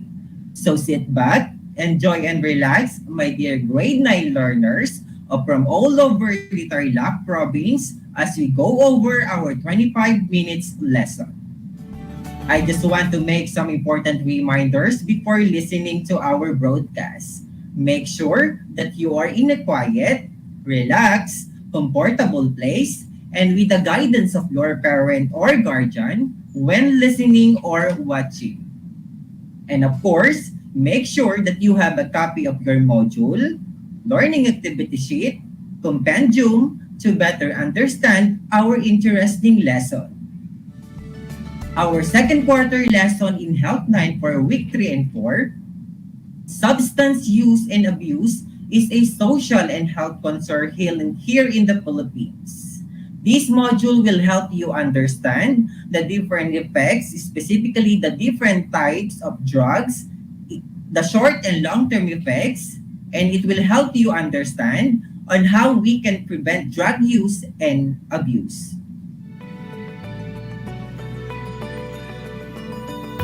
Okay, last time, or before we proceed to our topic, let me check first if you still remember our previous lesson that you had with your teacher. And for me to check your responses, you can post your answers on our Facebook live streaming, post a message on our group chat, or you can PM me through my number, 0906-381-3785. In that way, I can check if you are with me on this broadcast. Again, for me to check your responses, you can post your answers on our Facebook live streaming, post a message on our group chat, or you can PM me through my number. Okay? Last time, Teacher Abby discussed the different types of drugs and its classifications, as well as their description. Okay? This time, let's have a short very game of identifying the different drugs and titles, namely. I will give you the meaning and description as well as the picture, and you will identify the different types of drugs after I counted 3, 2, 1, go. Then you have 10 seconds to answer on each number. Okay, let's start. Grade 9 students. This includes cigarettes and alcohol. These are legal drugs that a non-drug user might try, which can be lead him her to more dangerous drugs such as marijuana and shabu. And please take note that teenagers who engage in our early smoking and early drinking have a higher chance of using and experimenting with dangerous drugs of abuse. Okay, name me in 3, 2, 1, go. Okay, what is your answer, grade 9 students? If your answer is gateway drugs, you've got the correct answer. Very good, grade 9 students. Moving forward to number 2, the drug use or these drugs slow down a person's central nervous system or the CNS, and these drugs also to help certain person to be less angry, less stressed or tense, relax muscles or nerves, and will surely make the patient sleepy. An example of this is alcohol. Name me in 3, 2, 1, go. And what do you think is the answer for this question? Okay, upon seeing your comments on our Facebook live streaming, most of you answered depressant. You've got it. Great job, grade 9 students. Moving on to our number 3. These drugs speed up a person's central nervous system, and these drugs have an opposite effect, depressant, and make a person's energy high. Perfect example for this that keeps you awake is coffee, found in caffeine, and nicotine, found in cigarettes. Okay? Name me in 3, 2, 1, go. What do you think is the answer for this question, grade 9 learners? If your answer is stimulant, great job, grade 9 learners. Moving forward to question number 4. These drugs help relieve pain and induce sleepiness. In medicine, these drugs are administered in moderation to patients with mental disorder and those in severe pain like cancer. Example for these are marijuana and cocaine. Okay? Name me in 3, 2, 1, go. Then what is your answer, grade 9 students? Okay, Riley Lagrimas, he answered narcotics. Very good, Riley. You've got the correct answer. And question number 5. These drugs distort what is real. It affects all senses and makes a user see, hear, and feel things don't exist in time being. Its name came from the word hallucination. Pretty obvious is the answer, right? Okay, name me in 3, 2, 1, go. So what do you think is the answer, grade 9 learners? Yes, absolutely. That is hallucinogens. We are now down to our last type of drug, and these drugs are found in an ordinary household chemical products and anesthetics. Example of household products as this type are acetone, rugby or solvent, ordinary and spray paint, cleaning fluids, and air conditioner fluids. You intake these substances through nasal inhaling. Okay? Name me in 3, 2, 1, go.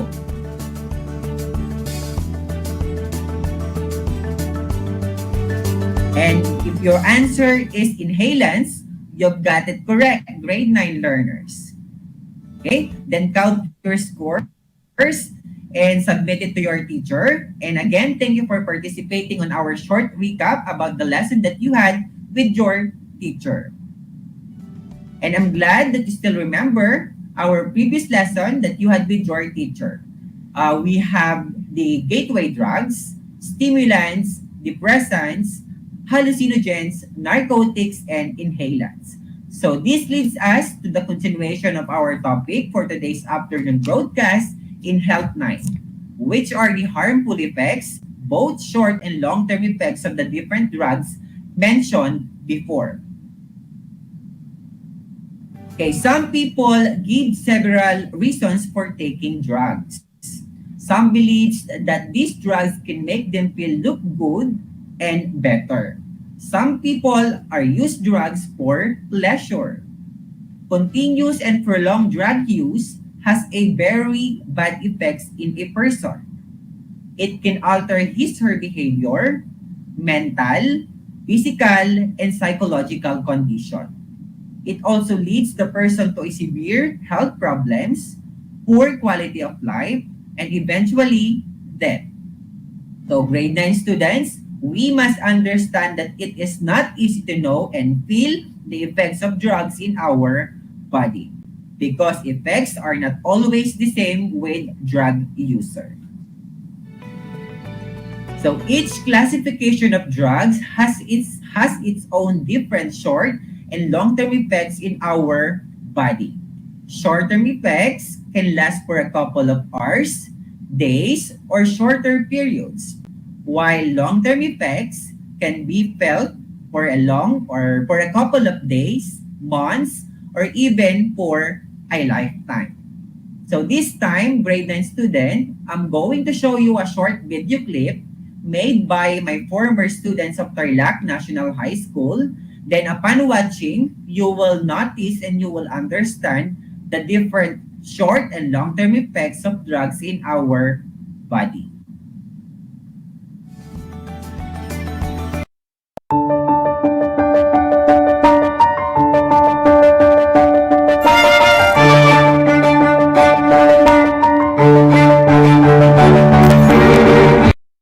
Akala ko dati imposibleng maramdaman kong ako'y nag-iisa. I mean, sa paanong paraan, di ba? Pinapalibutan ako ng mga tao. Kabilang lang naman ako sa isang pinakamasayang barkadahan na madaming humiling. Lagi nilang pinapatibay ang loob ng isa't isa at nagpangakong hindi nila ako iiwan. At syempre, my girlfriend, Claire, ang pinaka-sweet na babaeng nakilala ko. Ang kuya kong si Carlo ay lagi akong sinusuportahan at binibigyan ng inspirasyon. At nabigyan din ako ng mga magulang na may matibay na relasyon at nagmamahalan. At ang ading kong si Leo, kahit minsan may topak, I cherish them more than anything. Para lang fairy tale ang pagka-perfecto ng buhay ko. Or at least, yun ang nakikita ng mga tao sa paligid ko. O kaya yun na lang ang gusto kong makita nila. Kasi, mas madali ang lahat sa paraan na yun. Mas madali sa pagsabi ng totoo, mas madali kaysa mahusgahan at mahapi ng lipunan, at mararamdaman kong ako'y nag-iisa at kakaiba.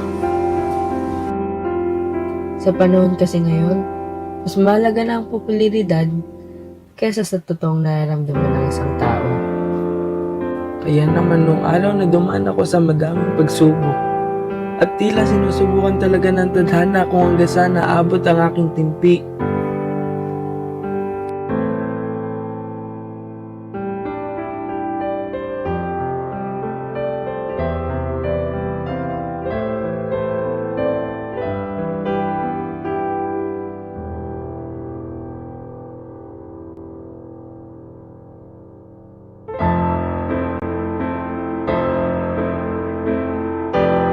Ako'y may natagpuan.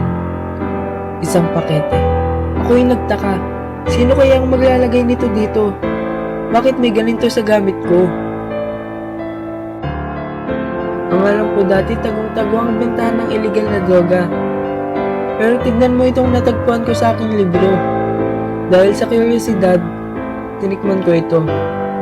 At sabi nila, nakakatanggal daw ito ng problema. Pero bakit ganon? Hindi naman masarap.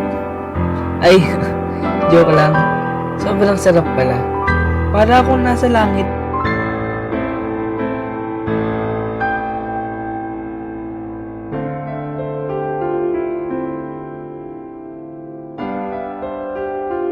Hanggang sa nakatulog ako. Paggising ko, balik sa katotohanan. Inaapi pa din ako ng mga kaibigan ko. At syempre, may away pa din kami ng tampuhin kong girlfriend. Ay.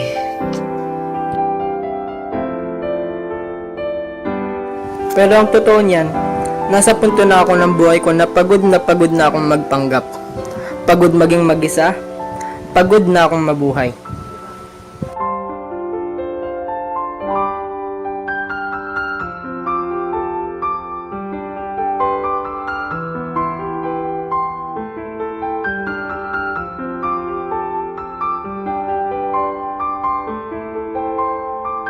At oo, alam ko ang iniisip nyo, na naghahanap lang ako ng atensyon.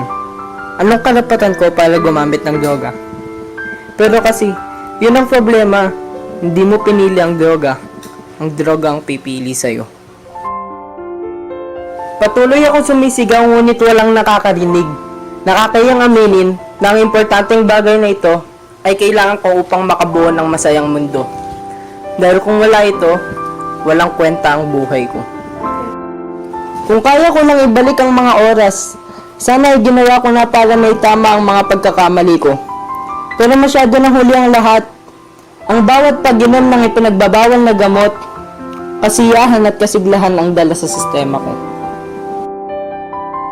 Nakakatawa nga, dahil lang kahit sa isang bagay na nagpapanatili sa aking mabuhay,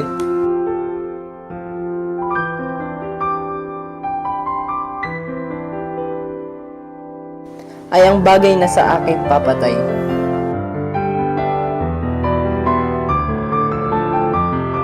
Kuya, alam mo bang inidolo kita? Kasi parang napakatadag mong ko. Hindi ko alam na may kahinaan ka rin pala. Pero sana makausap kita ni kuya, ni nanay, ni tatay. Sana kasama ka pa rin namin. Bakit hindi ka nagsabi? Nandito lang naman ako para umintindihan makinig sa mga problema mo. Dahil pinangako ko na kahit mahirap man yan o hindi, ay sasamahan pa rin kita. Tol, sa sobrang seryoso mo sa buhay madalas ka namin inaasar. Pero alam mo naman na biro lang iyon, di ba? Gusto ka lang naman namin mapasaya, pero hindi sa ganong paraan.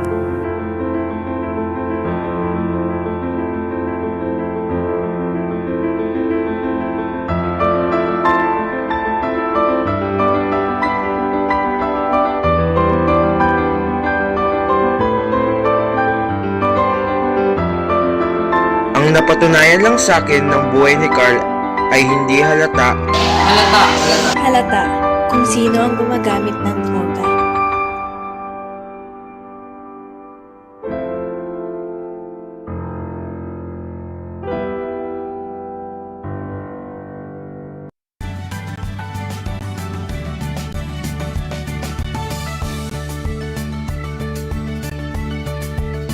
Let's start now our discussion. First in line is the gateway drugs. Gateway drugs are acceptable with legal restriction.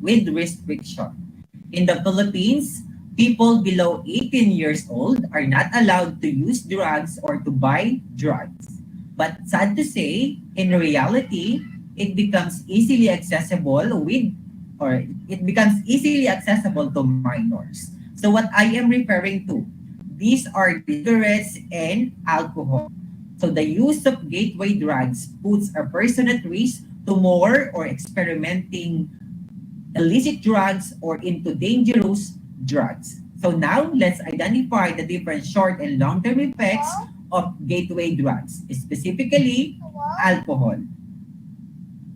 The short-term effects of alcohol, we have headache and lightheadedness, slurred speech, slow body reflexes, and coordination, overconfident and mood swings like depression, high spirit, aggressiveness. And the long-term effects of alcohol is damage of the organs like liver, heart, colon and brain, cancer, and cardiovascular diseases, and also cirrhosis of the liver, and poor study and work performance. Second gateway drugs are tobacco or cigarettes. The short-term effects of using these are the following: stress, rapid heart rate, pulse rate, persistent cough, difficulty in breathing, and halitosis or bad breath. The long-term effects of using tobacco are development of asthma, cancer of the mouth, throat, skin, lungs, hypertension, or increased blood pressure, heart attack, and stroke, which leads to coma and death. Next in line are the depressants, also known as the downers, suppresses and slow down the central nervous system. In the medical field, depressants are also called sedatives, which are used to treat anxiety, mental disorders, and sleep disorders like insomnia. The short-term effects of depressants are the following: slow brain function, which leads to a temporary loss, slow heart rate and pulse rate, below normal breathing pattern, low blood pressure, inability to concentrate, and poor judgment. The long-term effects of depressants are the following: agitation and aggressiveness behavior, depression leading to mental disorders, hypertension or high blood pressure, cardiovascular diseases and paralysis of the muscle and nerves, and we must very careful in using and taking depressants as it gives harmful effects in our body. Moving on to the stimulants. They are also known as uppers or downers. They stimulate or activate the central nervous system. A person stays awake for a long periods under the influence of stimulants. Now, let's identify the short-term effects of stimulants. First, increased heart rate and pulse rate, increased blood pressure, increased body temperature, alert body responses, and ability to sleep. So sometimes we feel these effects in our body. So we know now, grade 9 learners. And the long-term effects of the stimulants are the following: paranoia, heart attack, brain damage, kidney liver damage, and most of the time, coma, which leads to death. So after stimulants, we have the narcotics. And narcotics, they are known as painkillers. They also induce sleepiness. And the short-term effects of narcotics are the following: chills and shaking, weight loss, difficulty in breathing, inflammation of the veins, and panic attacks. And the long-term effects of narcotics are the following: development of diseases like hepatitis, tetanus, and HIV or AIDS due to needle sharing and overdose leading to coma and death. Next on the list is hallucinogens. They create hallucination, and hallucination distort what is real. Now let's identify the short-term effects of hallucinogens. Hallucination or seeing things which are not really there, poor judgment of time and distance, inability to sleep, loss of appetite, which lasts up to 10 hours, and nausea. The long-term effects of hallucinogens are the following: increased blood pressure, brain damage, psychosis, a mental disorder in which reality distorted or twisted, and coma or worse is death. And last but definitely not the least is the inhalants. Inhalants are found in common household chemical products. Inhalants are HAP or SNF. And now the long and short effects of inhalants are the following: slurred speech, poor coordination, feeling of lightheadedness, foul breath, and hallucination. And the long-term effects of inhalants are the following: loss of hearing, uncontrolled muscle spasm, brain damage, and bone marrow damage. Okay, as you can see to the video clip a while ago, you notice the different short and long-term effects of the different kinds mentioned before. So that sums up our short discussion for today's afternoon broadcast in Health 9. And for the wrap up, we have generally discussed the short and long-term effects of the different types of drugs. Okay? So if you have any questions or clarifications, you can always reach your teachers through their emails, messenger, or social media accounts. And rest assured that we will be glad to answer all your queries about our lesson today. And grade 9 students, you can start answering now your activity or learning activity in your module. We have our activity number 2 entitled Concept Mapping. Okay, all you have to do is to identify the harmful effects of the different drugs in our body. Okay, I hope you enjoyed and you had a deeper understanding about our lesson today, grade 9 students. And I hope you got something about our topic today. And take note of this, grade 9 students from all over the Tarlac province. Never use drugs as destroy our lives and take our good future away from us. Again, never use drugs as destroy our lives and take our good future away from us. And this has been your teacher broadcaster saying goodbye. God bless. Stay home. Stay safe. Keep on praying and stay away from drugs. See you soon, grade 9 learners.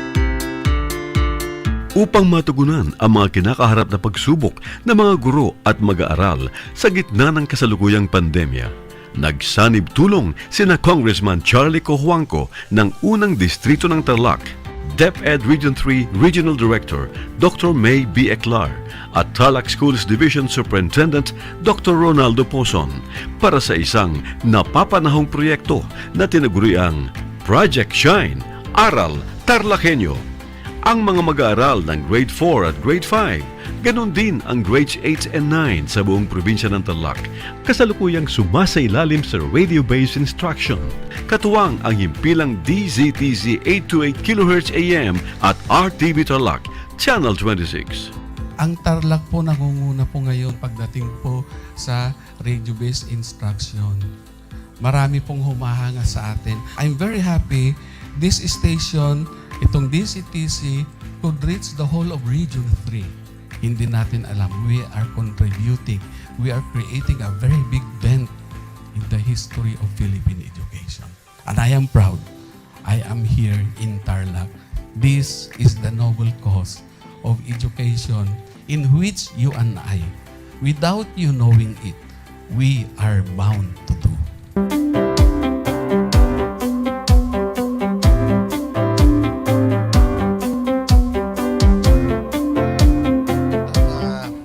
Project natin na Project Shine is a natural consequence dahil sa nangyari sa buong mundo. Let's continue to work together.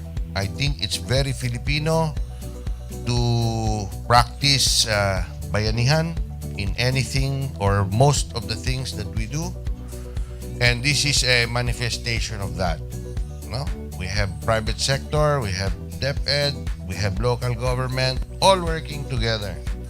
And I hope the parents of some of these children, especially the parents that did not graduate from school or hindi nakapag-aral nung sila ay bata, sana naman gamitin na nila itong opportunity na mag-schooling na rin sila kasama ng mga anak nila para mag-bonding pati ang mga magulang sa mga bata.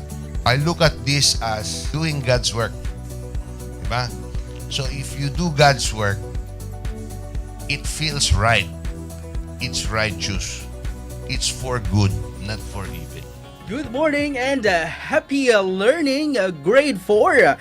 Welcome to Aral TarlakHenyo here on RTV Tarlac, Channel 26. Simulcast over DZDZ 828, Radyo Pilipino Tarlac. I am Teacher Mercy Pacheco Bognot. This is Alistair Aidatu. I am Marie Josephine B. Andrade. I am Teacher Princess Marie M. Dueñas, and I will be your teacher broadcaster for today.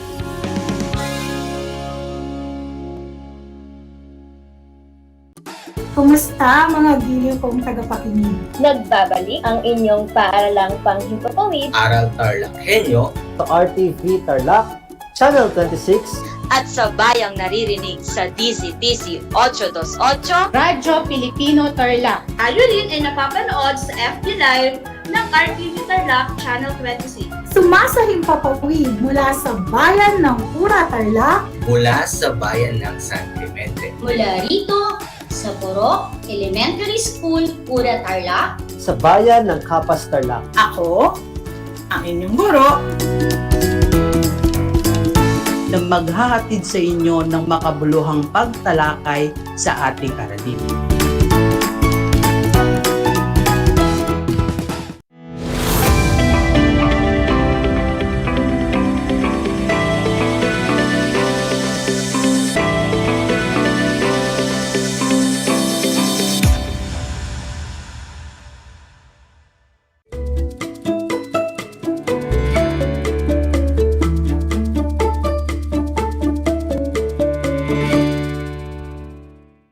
Nurse Kichi, your segment host for today's episode for Health Hour.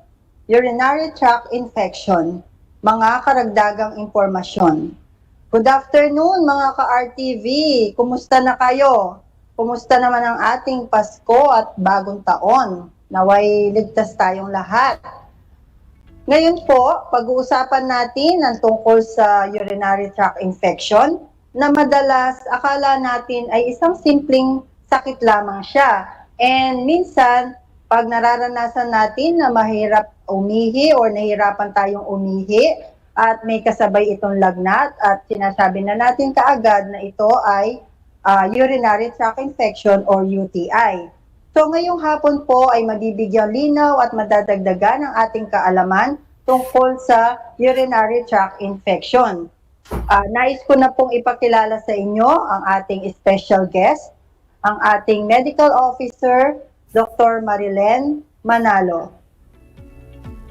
Good afternoon po sa inyong lahat. No? Magandang hapon po sa lahat po ng mga nakikinig sa ating mga aral, kasama sa mga Aral TarlakHenyo. Happy New Year po. No? Kumusta ang inyong New Year, Ma'am Kit? Masaya, Doc.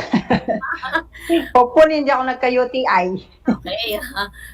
Marami na tayong mga napag-uusapang mga iba't ibang mga lifestyle diseases. So ngayon magpunta tayo. Gusto kong i-discuss sa inyo yung laging reason bakit laging nag-absent yung mga kasama natin, laging nagpapa-check up sa clinic, itong urinary tract infection. Kailangan mas maliwanagan sila kung anong ibig sabihin ng meron kang UTI. Okay, Doc.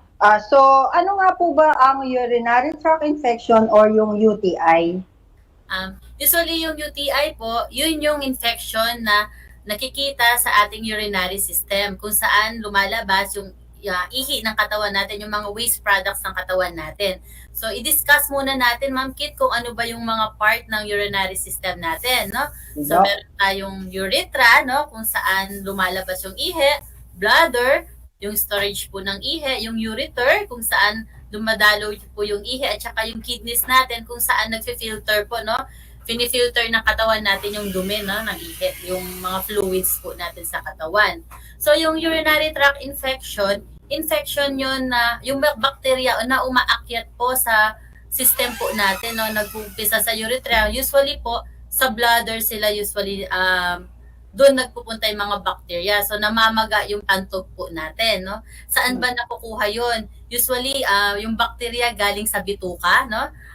Lalo na sa rectum. Kapag tumatai tayo, hindi nahugasan ng maayos, pumapasok yung bacteria doon sa urethra natin, doon sa yung maliit na tubo kung saan lumalabas yung ihi natin, umaakyat po siya papunta sa mga parts po ng urinary system po natin, no? So kapag nagkaroon po yan, umakyat po yung bacteria, which is most common yung E. coli po na tinatawag natin, no? Namamaga po yung mga pantog natin, doon po nag-uumpisa yung infection po natin. So, importante po talaga yung proper hygiene, doktora? Oo, syempre lalo na kapag sa mga babae po, most common po na nagkakaroon sila ng infection po sa ihi. Kasi maliit lang po yung urethra natin, no? Yung daloy ng ihi sa babae na malapit lang siya sa rectum, no? Kaya kapag nagsi-CR tayo, yung mga babae po, sinasabihan natin na kapag naguhugas sila, dapat sa harap papunta sa likod. Hindi likod papunta sa harap, kasi yung bacteria papasok po siya sa taas. Magpe-penetrate siya doon sa mga bladder natin. So magkukos ulit siya ng pamamaga ng pantog po natin. Okay. So, Doc, pag wala tayong mga nararamdamang iba tungkol ay sa ating urinary system, so ibig sabihin, healthy po yung ating urinary system, ano? Oo, kasi dapat yung ihi dapat sterile yan, malinis po. Wala kang makikitang bacteria, Ma'am Kit. Opo. So, ano yung kulay ng healthy na ihi, Doc? Usually dapat yan yellow, light yellow po siya.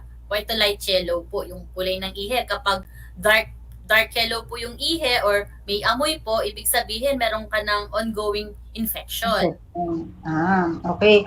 So, doktora, ano po ba yung mga, dahil na i-discuss na ninyo kung ano yung simpleng discussion, kung ano yung parts ng ating urinary system, so nabivisualize na ng ating mga ka-RTV, ng ating mga tagapagkinig at tagapanood, kung ano ang ating pinag-uusapan, kung anong parte ng ating katawan. So ano po ba yung mga posibleng simptomas na pwede nating sabihin na tayo ay mayroong UTI? Usually, ma'am, ang UTI kasi, dalawa yan, di ba? Lower urinary tract infection at saka yung upper urinary tract infection. Although pareho sila ng simptomas. So, gusto ko lang din i-discuss sa kanila kung ano ba yung lower urinary tract infection, kung ano yung sakop na parte ng urinary system. So, kapag namaga po yung bladder, urethra po natin, no? Nagkakaroon po tayo ng mga infection po sa bandang baba po ng pag-ihi po natin. So kapag ang bladder, namaga po siya, ang tawag po doon, yung cystitis na tinatawag natin, ang mararamdaman po natin, no, hirap po tayong umihi o yung tinatawag po natin na dysuria. Minsan po pag umiihi po tayo, mahapde, mainit po yung ihi, no? Then ang ano po natin, isa sa mga napapansin natin kapag meron po tayong lower urinary tract infection, no, namamaga yung pantog po natin, no, may amoy po yung ihi po natin, tas malabo, parang cloudy siya. Yung mga iba po, ihi sila ng ihi, no, kahit sa gabi, no, kahit di sila umiinom ng tubig, napapansin nila, ihi sila ng ihi. Tas sumasakit po yung pantog nila, no, yung puson. Yung mga iba, sumasakit po yung likod. Nahihirapan may mga partners po dyan, may pain po kapag nagtatalik sila, tapos nagkakaroon ng mga discharge. Yung mga iba naman po, yung ihi nila, may nakikitang dugo kapag nagpapatest. So yun yung sa lower urinary tract infection, yung nararamdaman nila. Yung upper urinary tract infection naman, no, yung kabilang po dito, yung sa bato po natin, no, kapag namaga yung bato natin, tinatawag natin siyang pyelonephritis. Yung urethra naman, kung nakita nyo po yung slides natin kanina kung saan po dumadalo yung ihi, kapag namaga yun, yung tinatawag natin na urethritis, no? Ang simptomas na mararamdaman nyo po doon, sumasakit yung bandang likod po natin. Nagkakaroon tayo ng upper back pain, nagkakaroon din tayo ng sakit sa may side, yung tagiliran po. Karamihan sa mga pasyente, nilalagnat po sila, nag-chills po, no? Mga bata po na nagkakaroon ng UTI, most common po, nawawalan silang ganang kumain, nagsusuka, no? Kapag po yun po yung mga nararamdaman po natin, malamang ang infection po natin nasa taas na po siya. So namamagana yung mga bandang taas ng parte ng ating urinary system. Opo. So, ang ibig sabihin po niyan, doktora at mga ka-RTV, kailangan wag nating ipagwalang bahala, di po ba? Kasi minsan kasi ano lang yan, tumakbo na halimbawa ay umihi tayo, obserbahan din po pala natin yung ating ihi, no? Para makita natin kung normal ba yung kulay niya, yung kung may amoy po ba, 'di ba? Kasi normally alam natin mapanghi ang ihi, di po ba? Kaya lang minsan totoo po 'yon na merong instances na parang malansa, di po ba? Parang merong ibang amoy yung ihi. So importante po pala 'yon, doktora, no? Yes, ma'am. Isang ano din, hindi lahat ng mga sumasakit sa likuran, no, o yung pantog or puson is UTI na.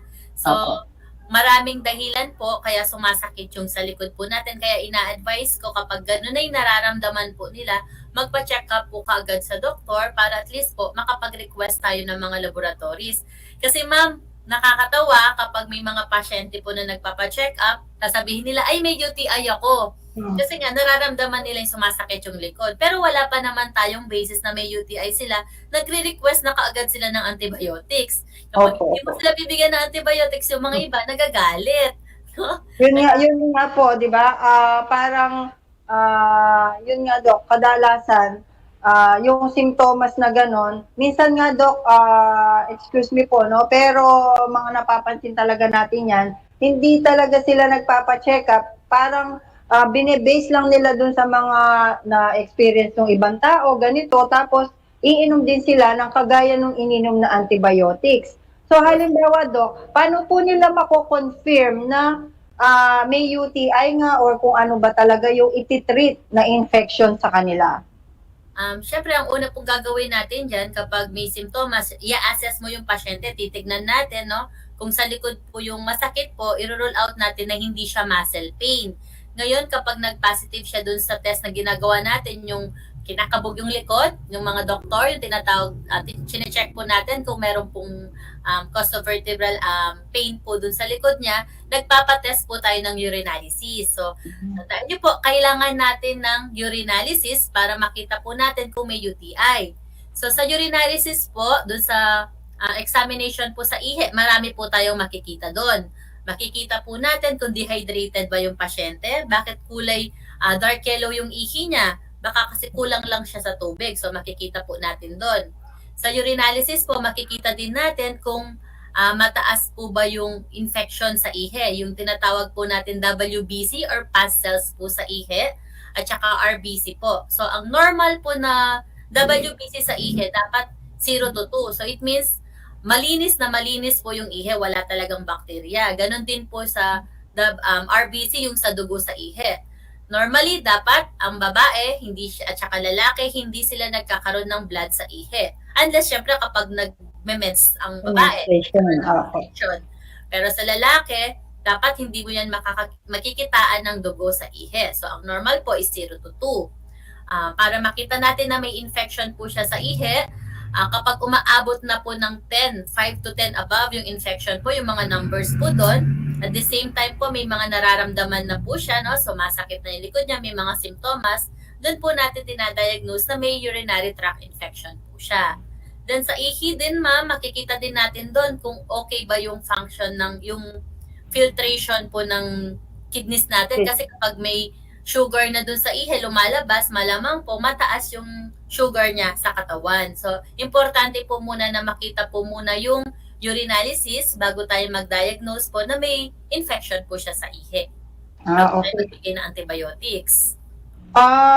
Pagka Dok, halimbawa, bakit kaya tayo nagkakaroon ng urinary tract infection? At sino ang madalas magkaroon ng UTI? Based sa mga ninyo, pasyente, ganon? Nga, katulad ng sinabi ko kanina, madalas magkaroon ng infection mga babae. No, kasi nga maliit lang yung passageway ng ihi nila, yung urethra nila compared po sa lalaki. No? So ang lalaki, madalang lang yan magka-infection. Usually nagkaka-infection sila kapag nasa 50 years old and above sila, dahil kumakapal na yung prostate nila, so nahihirapan lumabas yung ihi, no? Oo. Karamihan din sa nagkakaroon ng infection po sa ihi, no, yung pinipigilan nila yung pag-ihi nila, no? So, lalo na syempre tayo kapag marami tayong ginagawa, ayaw natin ma-istorbo doon sa ginagawa natin kasi gusto natin tuloy-tuloy. Pinipigilan natin yung pag-ihi po natin. Mali po 'yun. No? Kasi kapag pinipigilan niyo po yung pag-ihi po, yung bacteria nagstay siya doon sa pantog, pwede na po siyang umakyat doon sa urethra natin, doon sa daluyan ng ihi hanggang aakyat na po yan sa bato natin, no, pwede na siya mag-cause ng pamamaga po dun sa mga urinary parts po natin. So, dapat pag naiihi kayo, dire-diretso po. Huwag nyo din biglain. Dapat dahan-dahan din para ma-flush out lahat. No? Okay. Kaya din nagkaka-infection ng mga babae. Kapag nagsi-CR sila, kapag yung comfort room is marumi, lalo na sa mga public CR, syempre, yung mga babae, uupuan po nila yan. No? Hindi nila linisin. Dapat malinis talaga yung toilet. Kasi aakyat yung bacteria na naman ulit dun sa puwerta po natin. Okay. So, actually, Doc, yun po yung tanong ng isang ating viewer. Doc, halimbawa po, madalas po kasi akong nagbibiyahe and umihihi po ako sa mga public restroom. Posible po ba akong magkaroon ng UTI? Yes, ma'am. Kapag marumi yung toilet, may possibility po na magkaroon po kayo ng UTI. Kaya ang ginagawa po natin dyan, dinidisinfect po natin yung uupuan po natin. Kasi kapag nakita nyo marumi yung public CR, maraming bakterya po na nandun. Lalo na kapag may amoy na yung public CR o yung pupuntahan po natin na comfort room, marumi po. Aakyat talaga siya sa atin. Meron din yung kaya tayo nagkaka-UTI din pala, ma'am, yung mga ayaw uminom ng tubig. Kulang sa tubig po, no? Yun isang reason din kaya kayo nagkakaroon ng UTI kasi hindi na nafa-flush out ng maayos yung mga waste products at saka bacteria sa katawan natin. Opo. Doc, halimbawa po, nagka-UTI. Ito po, minessage din ako ng isang viewer natin. Kapag po ba nagka-UTI, usually, ilang araw po bago siya gumaling? Okay po. Actually, hindi po lahat ng mga may infection sa ihi is nagpapastart tayo ng antibiotics. Meron mga iba po na may mga konting infection po sa ihi, pinapadaan lang natin sa tubig, no? Increase lang yung fluid intakes po nila. Tapos sinasabihan ko sila, yung mga pasyente, wag magsuot ng mga panty or mga shorts na masisikip or brief na masisikip para hindi mag-maintain yung moisture dun sa puwerta po natin, no? Para hindi yung bacteria. Ngayon, at least 3 days kung nagkakaroon tayo ng infection at nagbigay kami ng gamot, at least 3 days po, merong ng mga improvement kapag nagpa-start po tayo ng mga antibiotics. Pero kailangan tatapusin yung antibiotics natin ng 7 days completed po. 7 days? Opo. Pero at least 3 days yung mga iba po, nagiging okay po sila. Gumagaling. Lalo na siguro, Doc, kung naagapan, kumbaga, yung mga start pa lang siya, nagpa-check up na po sila. Opo. Kasi kapag hindi mo pina-check up yung infection mo sa ihi, pwede yan mapunta sa dugo. Yung bacteria, pwede yan pumunta sa dugo natin. So, yun na, magkakaroon ka na ng infection sa dugo, yung tinatawag natin na sepsis. Yun yung mga kailangan na ma-confine. Doc, yung lagi po ako nag-UTI, sabi ng isang viewer. Hindi po ba makakasama ito sa akin? Dahil napapansin ko po, halos minsan or 3 beses sa isang taon ay nagkaka-UTI po ako. Okay. Yan ang tinatawag po natin na recurrent urinary tract infection. Yung sa isang taon, 3 or 4 na beses sila na paulit-ulit. Actually, hindi po maganda ang nagkakaroon ng paulit-ulit na infection sa ihi. Kasi ang nangyayari po, nagkakaroon po ng peklat, yung mga daluyan ng ihi po natin at nasisira po yung bato. So, i-check mo bakit ba nagkakaroon ka ng paulit-ulit na infection. May diabetes ka ba? Siyempre, i-check mo yung mga ibang sakit mo. Or pwede po yung mga na madalas makipagtalik po, no?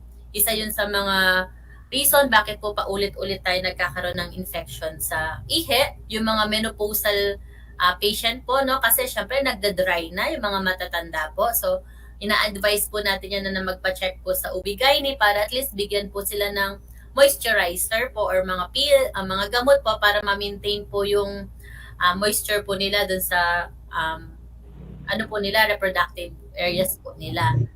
So kapag ganun po, i-check mo, babalikan mo, or baka pwede yung antibiotics na tinitake mo, hindi pala siya maganda dun sa bacteria na kumapit sa'yo. Kasi iba-ibang mga bacteria po yan, hindi lang E. coli, may mga ibang bacteria pa po na nagko-cause po ng infection sa ihi.